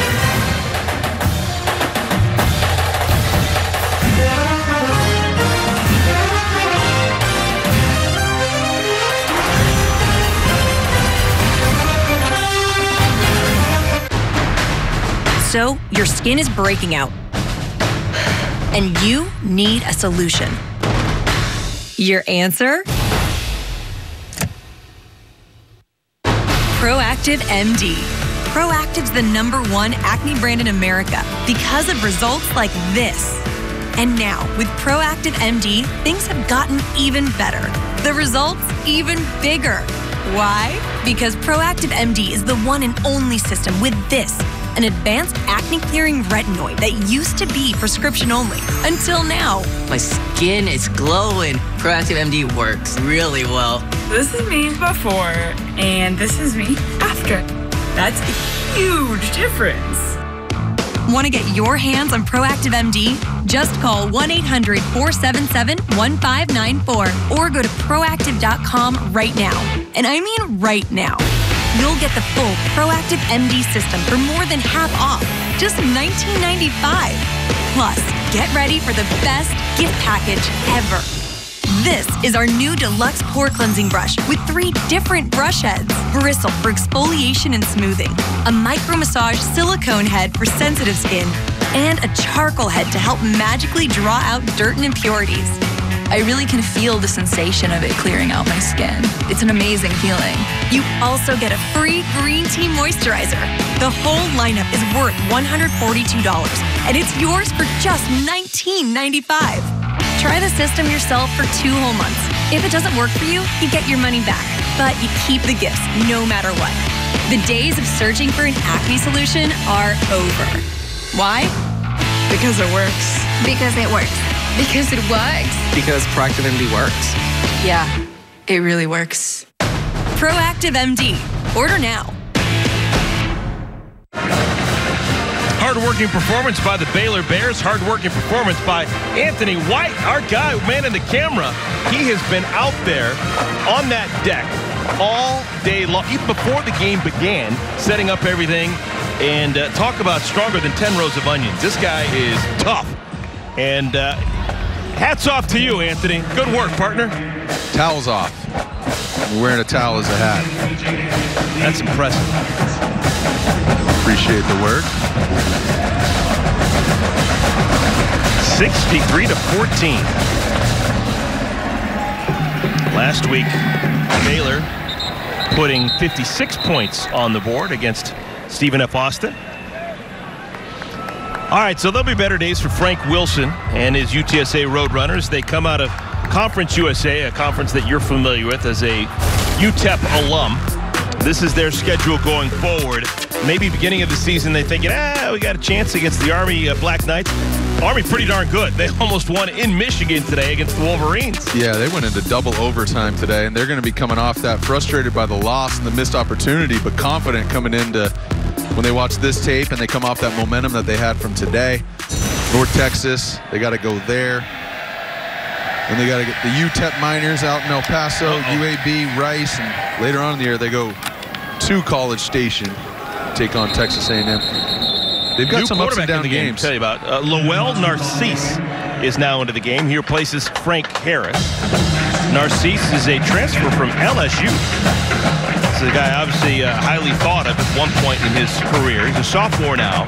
He's from the New Orleans area. And he's got some eligibility remaining and maybe an opportunity for him to show what he's got. Yeah, he's a young sophomore and another Elite 11 kid. Big-time recruit coming out of high school. I'd spent time with him before he went off to college, before his senior year. Big kid. I mean, he's 6'3", 230. How many guys are considered Elite 11 every year? Well, there's only 12 every year. Yeah. It really is the top. You know, we see usually around 1,000 guys around the country, regionals, whittle it down. I might butcher this, but there was a stat. It was something high 80s. It was 80-something% of NFL quarterbacks on a roster last year went through the Elite 11 program. You know, almost a dozen Heisman winners, almost a dozen high first-round picks. And Narcisse was one. Yeah, he was one of them. Yeah, heading to LSU. And there's the connection with Frank Wilson. You know, he coached high school football in New Orleans, coached at LSU for a long time.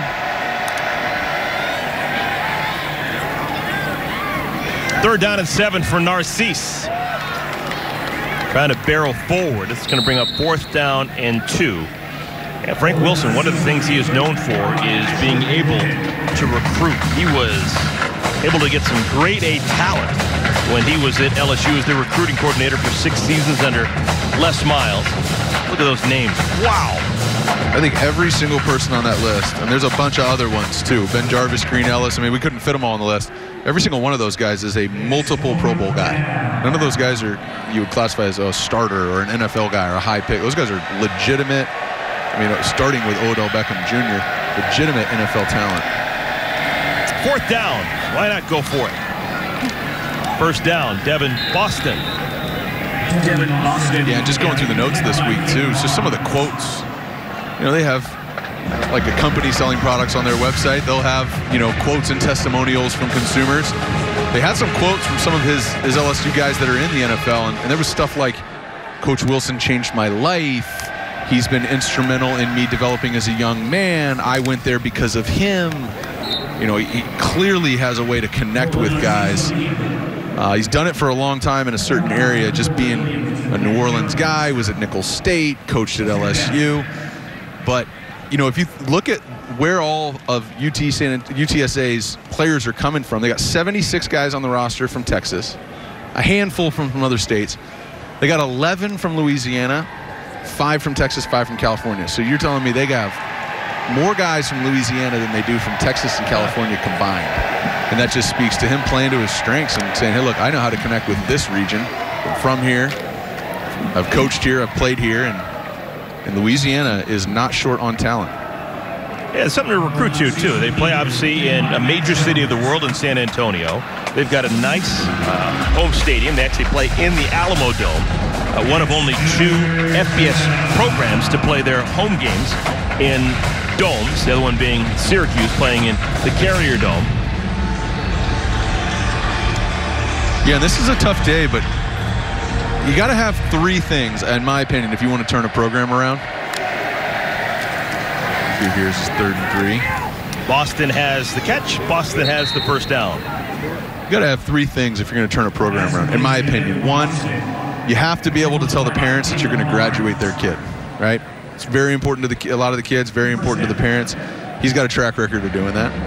You got to be able to tell these guys that you can get them to the NFL. Now, we just showed the graphic. He's done that at LSU, but they've done it at UTSA as well. I mean, Marcus Davenport was the 14th pick in the draft 2 years ago, right? And then the third thing is you got to be able to tell top-tier talent, if you're going to get them to go to your school and not to a different school, you got to be able to tell them, hey, look, I got a place for you to start early. And he's already showing success with some of these true freshman players, and he's got spots for these guys. He's got a couple starting on defense. You've seen Sincere McCormick have a pretty big day here in the second half as a true freshman. And he's got all 3 ingredients, and I think he has at least the foundation to be able to really turn this thing around. Well, this is Frank Wilson's first program, while this is the second program at the Division I level for Jeff Rule. Of course, he did his thing at Temple, had a whole bunch of NFL guys come through there. And now in year 3 here in Waco, coaching the Baylor Bears, and you just can't believe the changes that have made from year 1 when they had, 41 scholarship players to begin the year, only won 1 game, to last year winning a bowl game, being above 500, and this year going to 2-0, and looking at that schedule and the way that unfolds with a real opportunity to be a double-digit win team this year. Yeah, the only time in Baylor he's been able to put together back-to-back wins was at the end of the season last year, and needed the Texas Bowl victory to be that second win. And then here they are starting off the season 2-0, right? So they're on, really, with today, a 4-game win streak, ton of momentum. They've been dominant on offense. Secondary has been really, really impressive.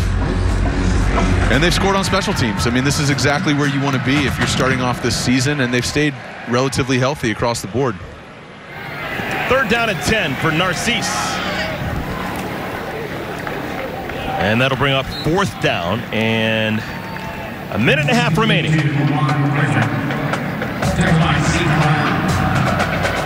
Juan Griffin with that catch.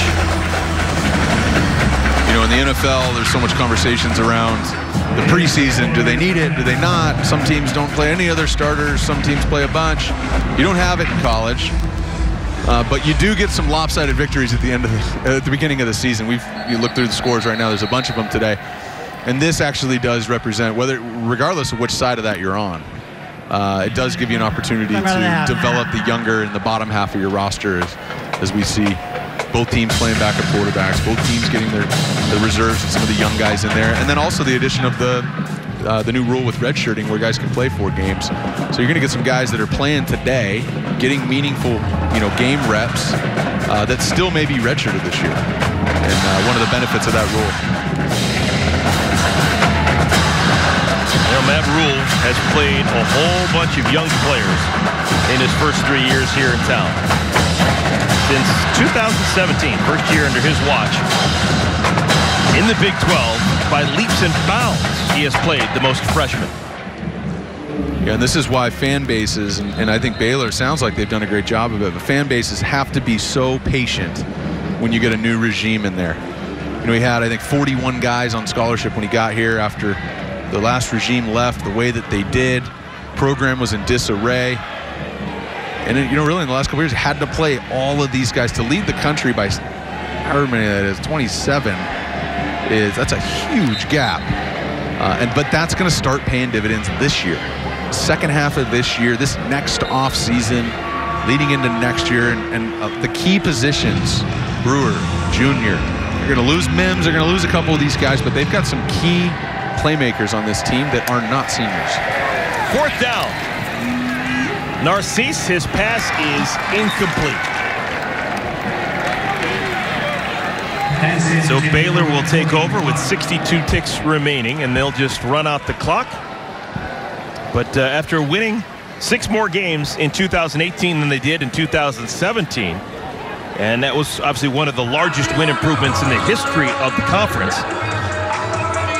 You can kind of imagine a world in which they can get to double-digit wins this year. It's incredible to think of the progress that has been made in just 2 years. Again, looking at this schedule, I expect this team to win 10 games this year. They're deep at a lot of positions. We've seen it all day. They have 3 good running backs. They have 4 really good receivers.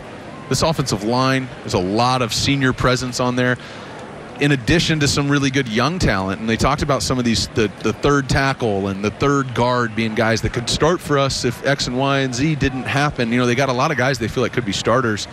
And then when you play a 3-3-5, you get to move a lot of guys around. You get to cycle through a lot of defensive linemen. You got 3 safeties in the game at all times, but they're too deep. They feel really good about, 5 or 6 of these guys. They got corners that can make plays, and so they're going to get a lot of reps for a lot of young guys. They've got really good senior leadership. Again, looking at this schedule, I'm coming out of today feeling really good about the direction that this program is headed, and he knows how to win, and he knows how to keep momentum and not get complacent too.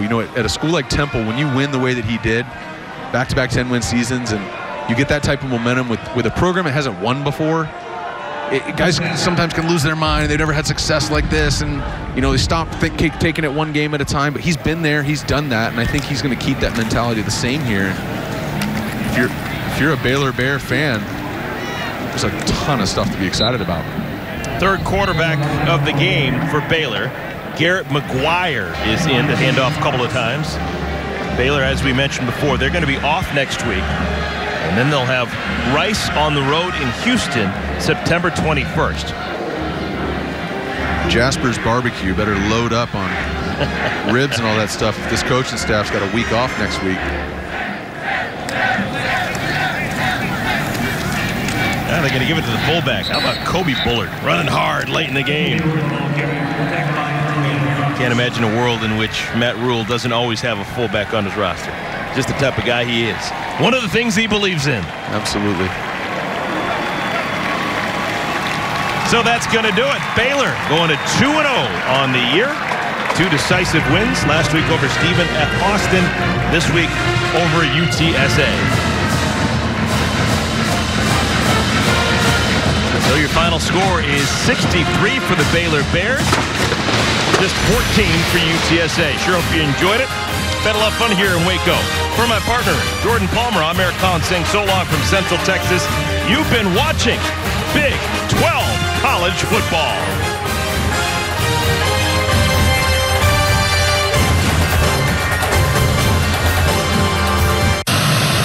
This is the kind of card that has America talking. With it, people with Medicare are getting all-in-one coverage for their doctor visits, hospital care, prescription drugs, and more.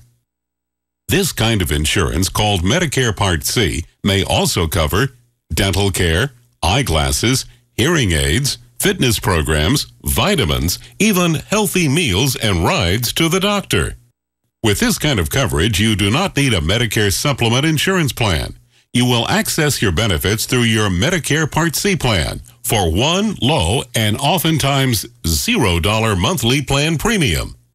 You deserve to get the most from your Medicare benefits. Call now for free information that may help you get more coverage for less money. There is no obligation to enroll. Whether for yourself or someone you love, call the number on the screen now. Call now. William Shatner here.